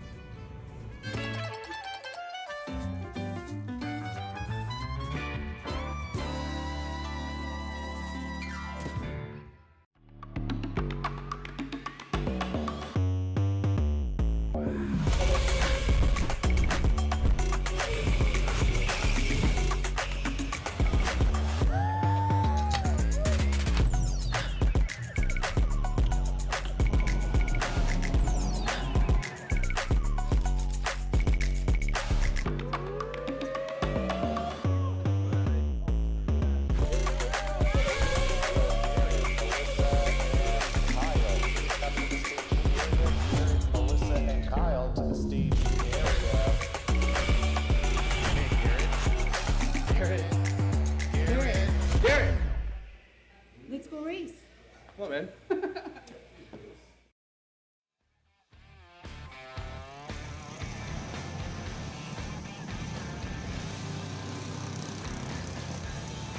Back over to the Briggs with 206 Junior qualifying, brought to you by Augie's Fiberglass for round number 9 of the NWKA Burly Products Super Cup. Trying to find the standings here as we come into this weekend, because we've got a couple that could walk away with the 2026 title and a very healthy size. Not quite to junior level, or excuse me, to senior level, but still a very healthy field week in, week out at that. Trevor Clinton coming into this weekend as your points leader in the 61, 1655, 100 up from Roscoe Schmidt, Addison Herrick, and Colton Thorpe Doble. Matt Anasalay and Dax Nuxel still get the full season eligibility with that perfect attendance, but you really go to second and third in the championship. Roscoe Schmidt, Addison Herrick really as the only two that might have an outside chance. It's Clinton first to the stripe in the 61, Thorpe in the 199 a little bit further back. That's the lime green and white TB kart. Then Madison Asley, the red and white 55. I tell you what, it's really cool to see on the front, or I should say on the wheel rather, of your championship leader and your provisional pole sitter in Trevor Clinton. He's got a red zip tie coming out of the top of that thing. I don't know if we can get a little zoom in action there on the white and red number 61 car, but you can see a little red zip tie telling him where is 12 o'clock. I think provisionally, though, Thorpe has closed up, or rather Thorpe Duble will once again try to get confirmation of that later on today, has closed up to the back and looks to go, at least early on, provisionally in P1, but still a long way to go. Stuck my hand out the window, got tired of guessing and relying on our very unreliable red shipping container from across the street, and it does seem like the rain has drawn to a sprinkle. You can kind of see on the puddles on the inside of the racetrack. Not a lot of splashes, or splooshes, I should say, coming from the inside of turn number 1, I believe. And we've checked this from multiple sources, so I don't want to talk out of the wrong end, but it does seem like the rain should at least be coming to a close or has outright stopped for the remainder of today. Love to hear it. So that means everybody here on track has a mission, and that is get on the racing line to try and lay some LeConte rubber down, but push all of that water out on track and move this back to a dry condition. That is a GFC with this kind of Coast Guard highlighter red stripe of Trevor Clinton in the 61. Just a little bit further back, is that the 99? Or no, I believe that is Colt Thorpe Doble. You can just see a little bit further back in that TB kart. We've seen plenty of these in the TSRS series down in Amarillo, their home base, but have extended out to the PNW and Thorpe Doble family flying that flag for the chassis that shares very similar DNA with GFC and currently the fastest out on track. Colt Thorpe Doble, some very impressive stats, but still looking for only his 3rd career pole position here. Coming into this weekend, it's actually Roscoe Schmidt with the most at 21, Trevor Clinton 2nd with 17, Addison Herrick. Dax Nuxel still looking for their first. It could be for Dax in the 23rd. In the 23, he goes quickest 111.8. I was going to say these conditions open up lots of opportunity. Maybe some drivers, a little bit lacking in the power department, maybe not so comfortable running here in the dry, but the wet adds that extra, that X factor, the variability that is always talked about when things get a little bit slippery at a racetrack. So provisionally, as we're coming up on about 1 minute and 8 seconds left in this session, probably only about 2 more laps left for these drivers on the circuit. It does seem as though we've got about 3 drivers here that I think could steal the or that are going to be fighting rather for the pole position. But the track continues to evolve, and at what point for these Briggs drivers, especially like I said, the lower horsepowered karts, at what point is the extra distance of going a long way around these hairpins going to not be worth it? When do you start migrating to the racing line? Following the 23 Croc Promotions machine of Dax Nuxel, as we continue to migrate towards those dry conditions once again, Dino, we're going to see that draft start to become more and more important as well. If you haven't seen this 4-cycle style of racing, when the track is gripped up and you're off of these wet conditions, it evolves into a NASCAR plate race, a Talladega, a Daytona, and Atlanta very, very quickly. Ooh, we've got one abandoned there on the infield. I believe that's the 012 of Tanner Blakesley. I don't think that might have been Nick Guzman, actually. It was a GFC, it looked like. Well, it's very cool to see these wet conditions because it becomes less and less dependent on who you're working with. You don't need a drafting partner or someone to work with, and it becomes very much more dependent on how good are you as a driver. Are you able to dot your I's, cross your T's, and really extract the most out of a track where you don't really get that much challenges? But man, it has been a very difficult one. Nuxel going around. We saw 2 more, looked like collected there coming out of turn number 6. Checkered flag should be coming out this time by Levi Carpentier. Now quickest with a 111.736. Here is the 95 Ital kart.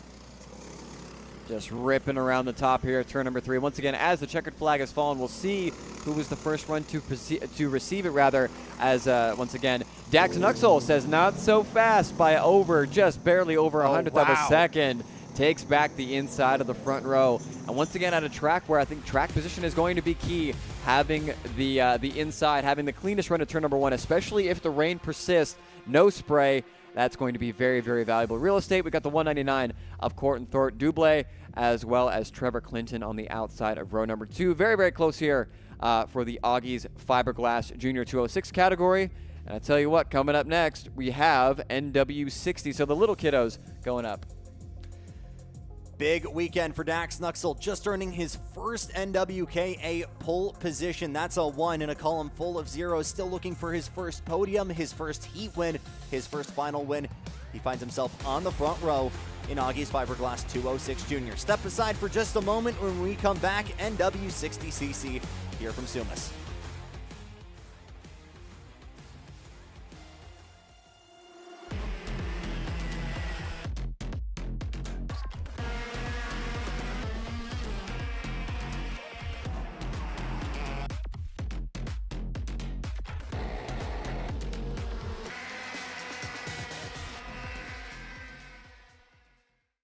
Welcome to the future of kart race preparation, Kart Sim Pro North America. Featuring laser-scanned North American kart circuits and precision-tuned kart physics developed using real telemetry, dyno and tyre data, Kart Sim Pro North America delivers the most advanced and realistic kart simulation experience available today. Whether you're training for race day, refining your lines, or shaving tenths off your personal best, Kart Sim Pro gives you pro-level insight without leaving your home.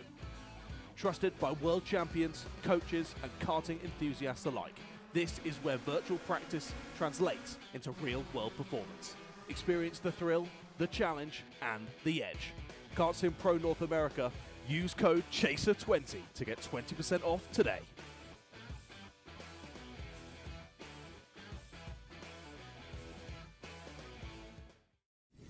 When it comes to innovation on the track, Odenthal Racing Products leads the pack. From the highly popular EasyGP camera mounts to our tough case to GoPro case, racers everywhere trust ORP for strength, reliability, and precision. We're proud to be the #1 engine mount manufacturer in the USA. And with our new Easy Bumper Retainer System, you won't get caught out with a failed bumper bolt again. Odenthal Racing Products. Lead or get left behind.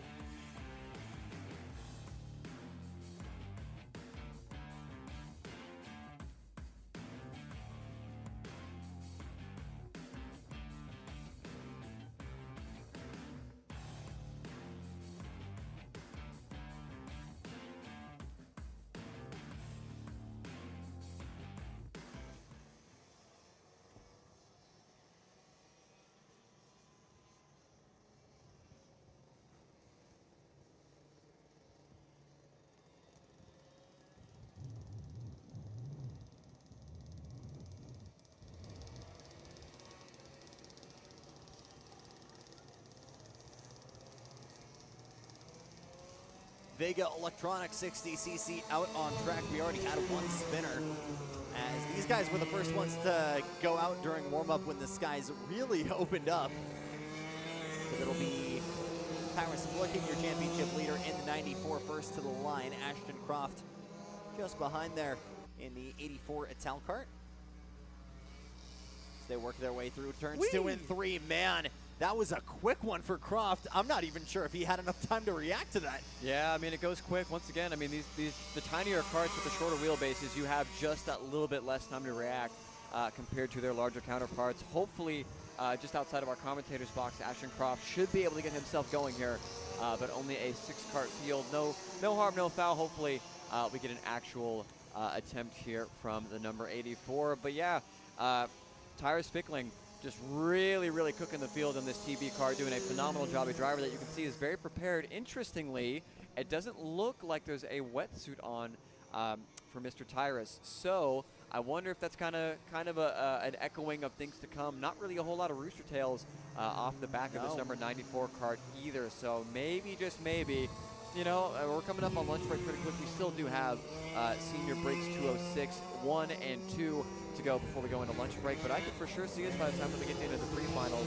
We could see some drivers maybe start to gamble on a slick tire. This could be clearing up a little bit quicker than we thought. The blue guards on the side of the motor are telling me that that is either an IAMI or ROC mini engine. However, you can run an X60 from Italian Motors. And looking at the list of eligibility, this is how I'm learning that TM Racing also makes a air-cooled 60cc engine and is also eligible for competition. Sebastian Ochi going quickest with a 111.097, quarter of a second up from Leon Lofty.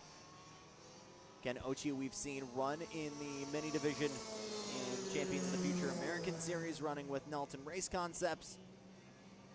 Formerly Maddox Carlucci we've seen run both in the 4-stroke and 2-stroke categories out here as well. That was a mom-and-pop operation. His dad used his time running in Super Cup as an opportunity to actually learn how to be on the wrenches, how to work and maintain a go-kart, but was definitely far more hands-off with the coaching in his time with Nash Motorsports down in California, but was doing all he could to help on the wrenches as well. Family making the trek from Seattle out to Idaho, moving this weekend, had all of their go-karts in a trailer. So unfortunately, your current points leader in Mini Swift out in the West Coast currently not able to make that trek out on track. Following the 16 now, Leon Lofty going quickest again with a 110.939. Keeping that Ital Kart nice and planted through 5 and 6. Yeah, really, really nice to see these drivers. It looks like we've only had the one spin from Mr. Croft. As we see Leon. Oh my gosh. The commentator's first is with the rain, and now it's with the kiddos. My apologies. That's how you know you're legit, though. You're actually a commentator if you say things are going good and then you get cursed. I guess so. Almost immediately. We'll use some backwards logic here. I'll give myself a little pat on the back, or maybe I should pat myself on the chest for the backwards logic. But either way, we got about a minute left to go here in this session.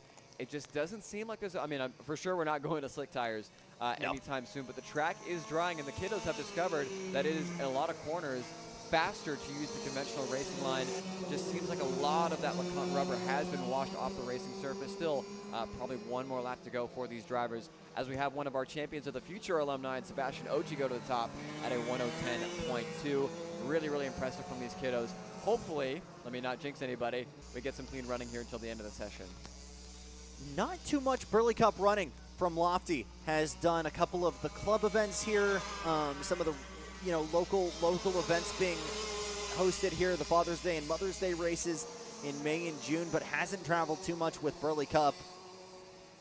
But they know this track. They're based very close to Sumas, and they're able to muscle their way around this track. Ochi quickest again, as the skies being told from our producer, Trevor Blue, that the rain is increasing, and you're seeing Lofty swap ends there in turn number 6. This could make things very interesting now. I'm not sure a lot of these drivers have anything more in it in terms of pace, but Ochi going to try and build that gap and secure this pole position. The 46 Ital Kart working out of that second left-handed hairpin of turn 9 into turn number 10. just being as smooth and precise as possible. Knew the back end was stepping out, immediately went full oppo to keep it pointed the right direction. No improvement, but the fact he's still on the black stuff, very much an achievement in and of itself. I'm going to get banished to the outdoors every time. You know, like it looks like it's drying out, it looks great, and then all of a sudden we get some almost English-esque weather where the skies just seemingly open up and the track has become drenched once again. I doubt we will be seeing any improvements in these conditions, and I think what we just saw is these drivers really going at it. This is the 95 that we're looking at now of Maverick Thompson going for a slide, some opposite lock through turn number 3. Yeah, the track is once again going to get wetted down by Mother Nature, who apparently has a grudge against me, as I believe the checkered flag has come out on the session. Sebastian Ochi, congratulations. Provisionally, you are the pole sitter. Mother Nature wants the racing to stay spicy here on Saturday. Sebastian Ochi, Maverick Thompson, Leon Lofty, Tyrus Flicking, and Max Green round out your top 5. One more class, 2 more qualifying sessions to go here for qualifying for round number 9.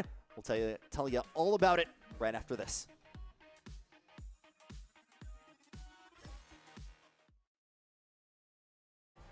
From the garage to the grid, Acceleration Kart Racing is your one-stop shop for karting. Engines, parts, safety gear, tools, and more from the brands you trust. Everything you need for race day starts at shopakr.com.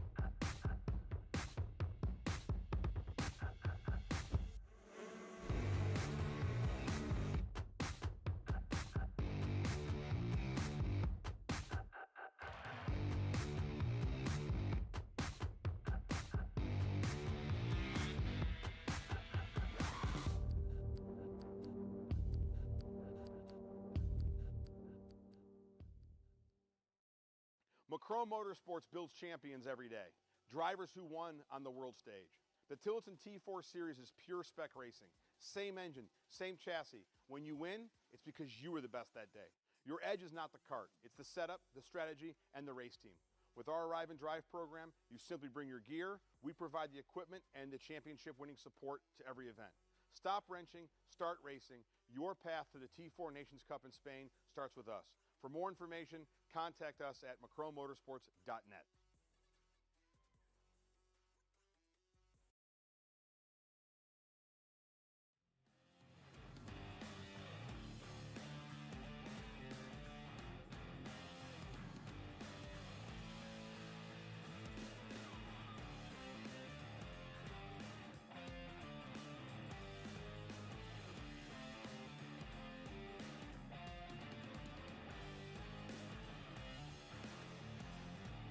Well, it was a collaborative effort between myself and Dino telling you guys that the weather was going to look better as we were getting our way to the end of qualifying here, but unfortunately you can see it bottom right of your screen.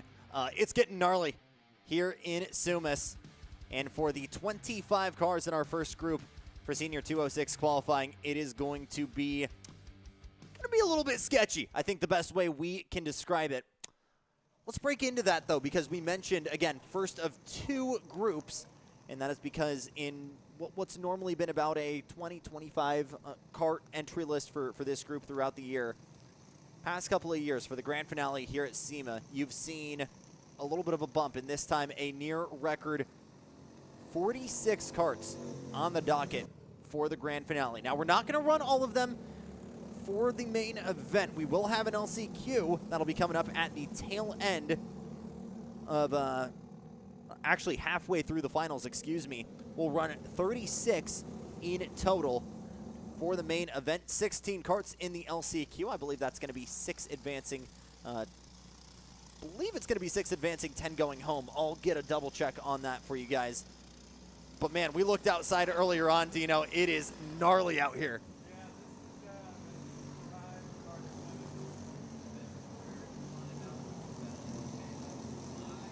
wetness.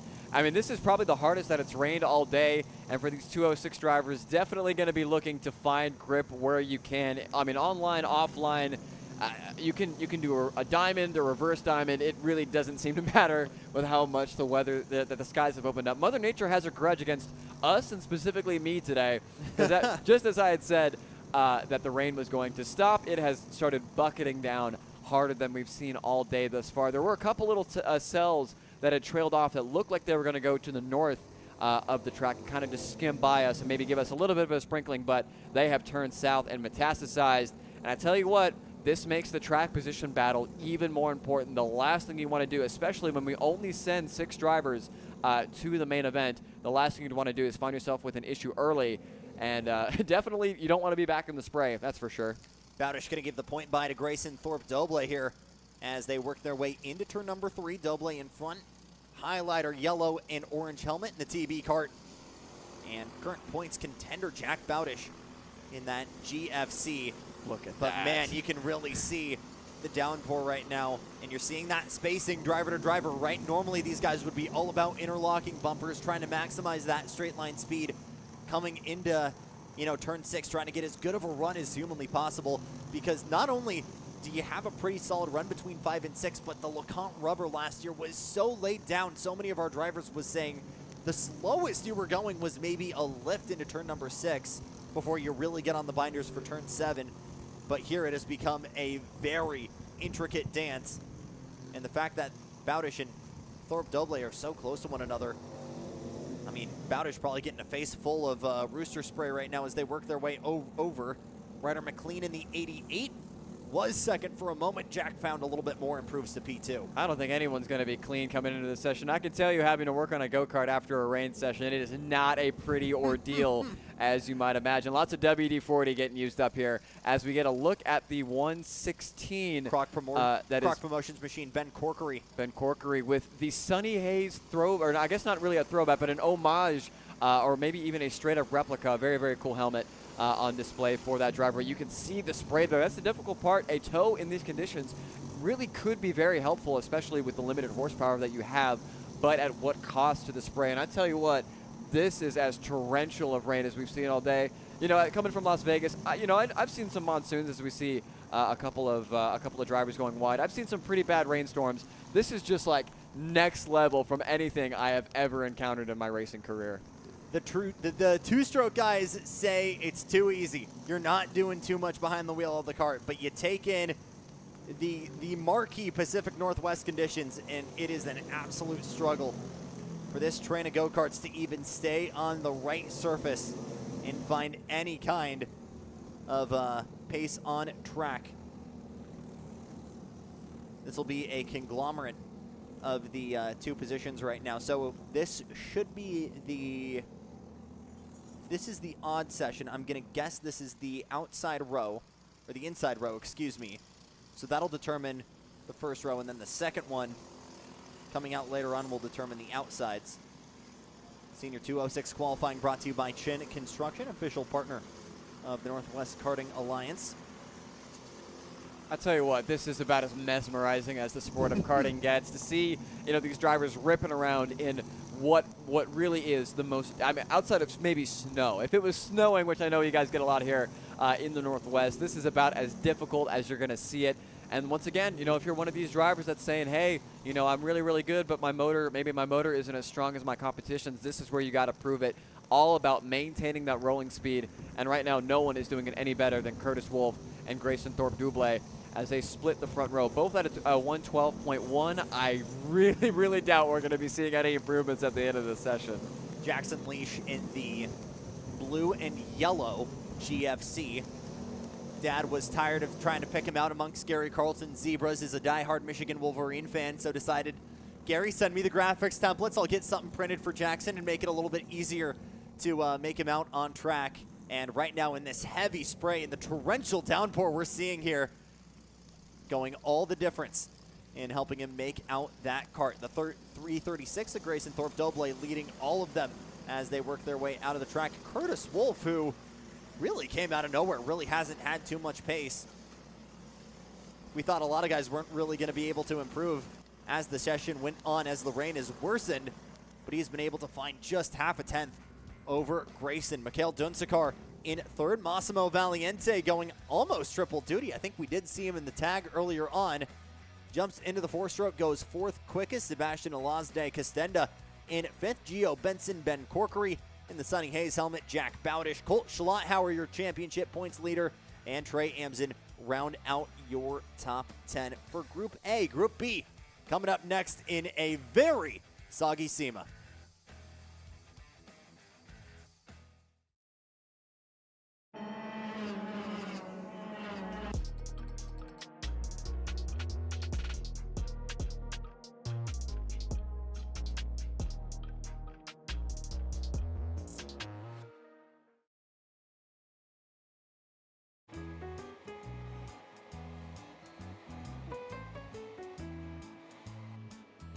Gee, looks like we're missing the engine. What the hell am I supposed to tag? What do you mean? It's my Greyhound. It's all I need. Where's the rest of it? It doesn't matter. It's a Greyhound. You gotta make weight. Okay, you're good. I'm sitting by here with Kyle, our race winner. Tell me how you did it. You were blazing fast out there, and I mean, you don't even have a go-kart, man. Tell me about it. Yeah, you know, Norberg Schmorberg, the Greyhound-powered Greyhound was great today. You know, it makes the difference.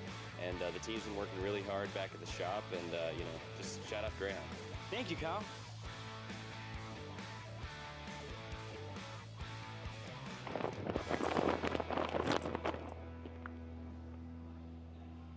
How the f did you just win? Doesn't matter. It's a Greyhound.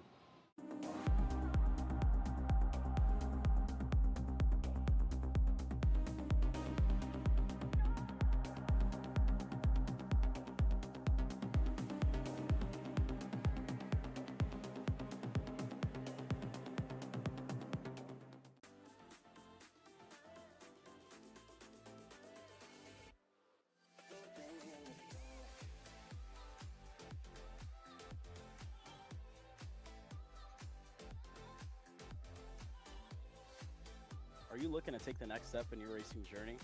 Well, look no further than PitFit. With 2 locations in Charlotte, North Carolina and Indianapolis, Indiana, PitFit trains drivers all the way from grassroots level karting to IndyCar and NASCAR, with top-of-the-line personalized coaching to improve physical and cognitive fitness. For more information on programs, check out PitFit on Instagram or Facebook today. Hey guys, another Kart Chaser driver fitness episode with me, Chris G. And today, we're doing some upper back movements. Here we go. Exercise number 1 today we're doing is the reverse grip lat pull down. This exercise movement is one of my favorites because it works your grip strength, your biceps, and most importantly, works that lat area that also protects those ribs in the seat. Exercise number 2 today, the dumbbell chest supported row. Don't forget, good stretch at the bottom, and bring them right to your hips like that, keeping your back nice and arched, shoulders back. Think about having good posture in the cart. Exercise number 3, the inverted Smith machine rows. Grip strength, back strength, overall amazing workout. Thanks again for joining me on another Kart Chaser driver fitness episode with me, Chris G. Race-ready training that carries into real life. From the garage to the grid, Acceleration Kart Racing is your one-stop shop for karting. Engines, parts, safety gear, tools, and more from the brands you trust. Everything you need for race day starts at shopakr.com. Karting isn't just speed. It's control, precision, freedom. At Atlanta Motorsport Park, Kart Freedom isn't just a team. It's where drivers are made. Are you stuck with your kart racing? Not sure the ideal kart setup? Or going to a track for the first time? Well, Kart Class has the answers for you. Our online portal has a wealth of experience and knowledge to help your kart racing. From kart setup advice to track guides that are targeted specifically to your circuit, or the driver coaching aspects with mindset, racecraft and driving techniques. If you want to take your karting to the next level, visit us at kartclass.com.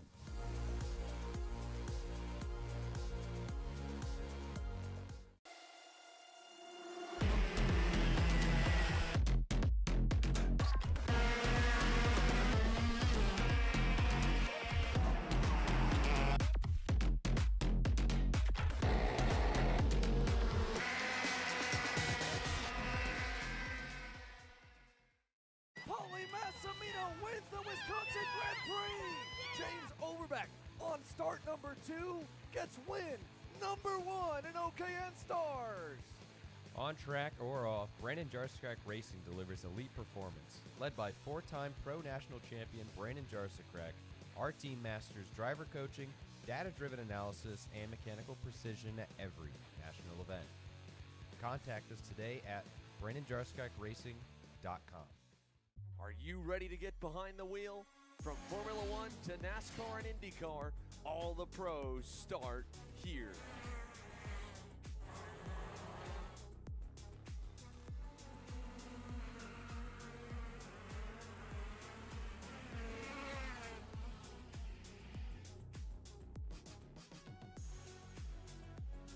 For more information, check us out online at mcckarting.com or call us and go racing today.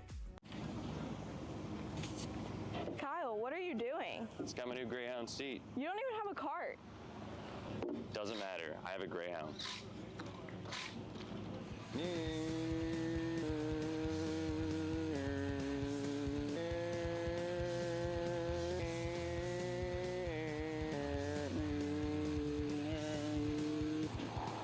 the f is Kyle Cuthbertson? Doesn't even have a go-kart. Doesn't matter.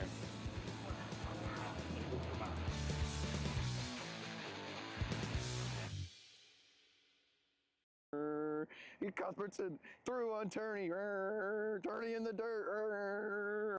You know, I'm really starting to like this go-karting thing. Yeah, me too. Oh my gosh, can I show you this cute dress I just got? Yes, of course. Oh my goodness, it's so cute. I just love shopping. I love shopping too. Oh my god. Wait, do you guys say you like shopping? Of Well, course. dude, I have the perfect place to do that at. ShopPayKara.com. At ShopPayKara.com, you can get free shipping on orders $200 or more. You can get anything you want. Like MXC rims, gloves, rib vests, shoes, anything that you need. All at ShopPayKara.com.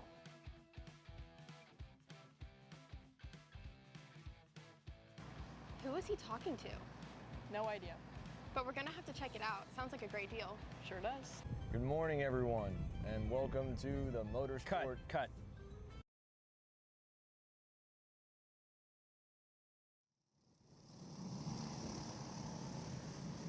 Quick reminder that after this, we're going for lunch, and when we come back for finals and pre-finals, we'll be behind the paywall. And to join us, you'll have to be a Kart Chaser Premium member. And for $9.99 a month, not only do you get access to this event, but as well, pretty much any major karting event going on in North America, whether it's the SCUSA Pro Tour and the Super Nationals, Stars Championship Series, United States Pro Kart Series, and tons of regional championships. For, again, just $9.99 a month, you can be a part of the action. Subscribe to Premium today on the Kart Chaser YouTube. Make sure you're doing it on a browser and off of iOS. If you do it on iOS, you do get an additional surcharge of, I believe it's $2 a month.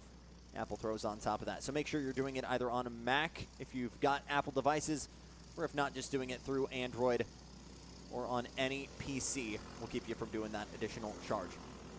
Final qualifying session of the day. Chin Construction Senior 206, the bottom half of the field's coming out for their 5-minute qualifying session. Paolo Bettini in the 43. That's an OTK that I think has the older previous Gen 22 arrow on it, the hot dog bun as the nacelle. First on track, Nick Armstrong in the 42, Ella Salzman in the 65, Alex Acosta in the 956. First ones out. Looking outside, I'm seeing less and less raindrops in the puddles, so the rain's certainly dying down. But it was gnarly earlier on, Dino, and the scariest part is looking at the radar, we weren't even getting the worst of it. Yeah, the main cell has actually missed us. We only got a small spattering. We got the appetizer as the main course went northwest, thankfully, of the racing circuit. But yeah, looking, I mean, I hate to say this after everything I've said all day, as 811, unfortunately, is going to get a meatball flag here, maybe for a, I can only assume that would be for a bumper coming loose. But yeah, looking out into our no longer the trusty, the now unreliable red chip container. The puddles next to our commentary booth, they went dry, and now they're dancing again as I've opened my mouth. So I'm going to stop talking about the weather for the foreseeable future, and we'll see whether or not these drivers can claim the front row. Once again, if these conditions persist, even you know, if let's say that you're a guy a guy or gal that qualifies 15th in this group, you know, even if you might want to take that gamble on a set of slick tires once we get into the pre-finals, you have to overtake off the racing line where it's going to be very, very wet. So you might not even be afforded the opportunity to go for that gamble. So once again, it seems as though these drivers have kind of gotten a handle on these conditions a little bit more, but still track position is going to be so important. That makes qualifying even more the case. We are nearly 3 wide as they fanned out there. Everyone trying to find some kind of optimal line, thinking they've got a little bit more pace than the other guy next to him. Still 3 wide, and some aggressive non-verbals coming into turn 10. A little bit further back, one of the Go Fast racing machines. Oh my goodness, from the top rope, the 917, Lewis Stiley. Another guy we've seen a handful of times come down with Cheap Fast Racing, Nelson Race Concepts coming to compete in the Champions of the Future American Series. I believe, really getting aggressive here. I believe what you called it last year was giving a lesson in the Paul Tracy School of Sign Language, which I absolutely love. Yeah, I mean, that just shows how important track position is. I mean, there's a very limited amount of time. We're already 3 minutes and 22 seconds into this 5-minute session. And once that checkered flag comes out, it's hold your breath up until the pre-main. And I'm sure these guys would not like to have to hold their breath for about an hour and 20 minutes. Last group before the lunch break. It's going to be very, very tough to see if these drivers can get it in. A couple drivers have gone off seemingly once again at the tricky 6-7 complex. Really surprised to see how close everybody wants to run with one another. I would think that, you know, you'd kind of want to have your own free air, and at least if you're gonna set a lap time, do it on your own accord. But as mentioned, with how little horsepower that these engines have, even a little bit of a tow could be the difference from whether, you know, if you're a driver fighting in the mid pack, whether you start outside of row 6 or inside of row 3. I thought we saw him here. He was a late entry, but Jack Grody in the 17 GFC improves up to P6, was a key player in the finale last year, which actually featured the California kid Blake Nash coming in as a part-time entry, trying to compete with Jake Sessler and Jack Grody, but one of your championship hunters from last year trying to work himself back into the mix. Been a part-time season for him, so will not be able to make a really solid run. It is close out in front right now. Colt Schlotthauer is your leader, but Jack Bowdish, Ben Corkery, and Ryan Miller all within about 50 points or so of the leader, so it is still very much to play for in the title fight. A little bit further back here, you're seeing a good mix of some of those who are further back, haven't had the perfect attendance, or are making the trek out here to Sumas as a one-off entry.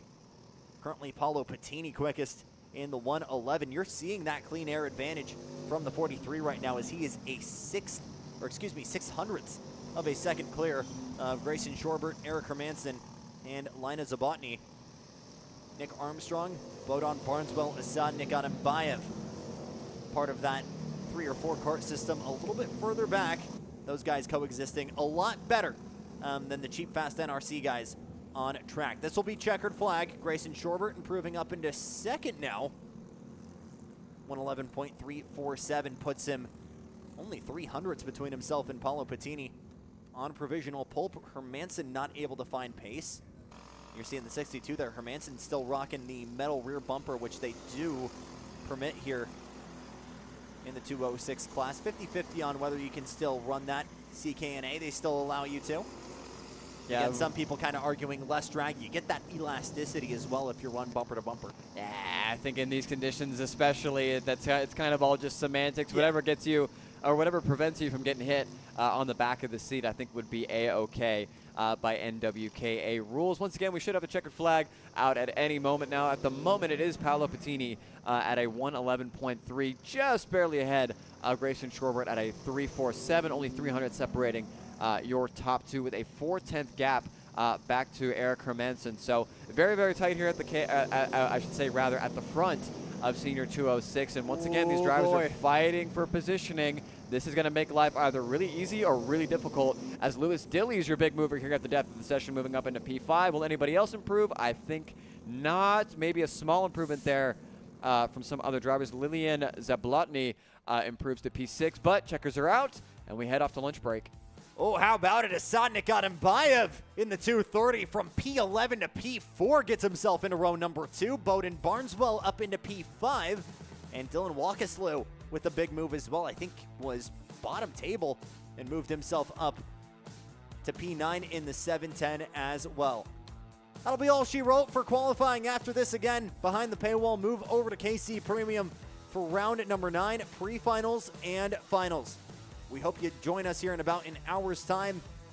But for this hard-working NWKA and SIMA crew, for my partner in the booth, Dean Helt, my name is Jackson Lambros, hoping you join us in about an hour's time for finals and pre-finals here from SIMA. This is Kart Chaser, powered by Shop AKR.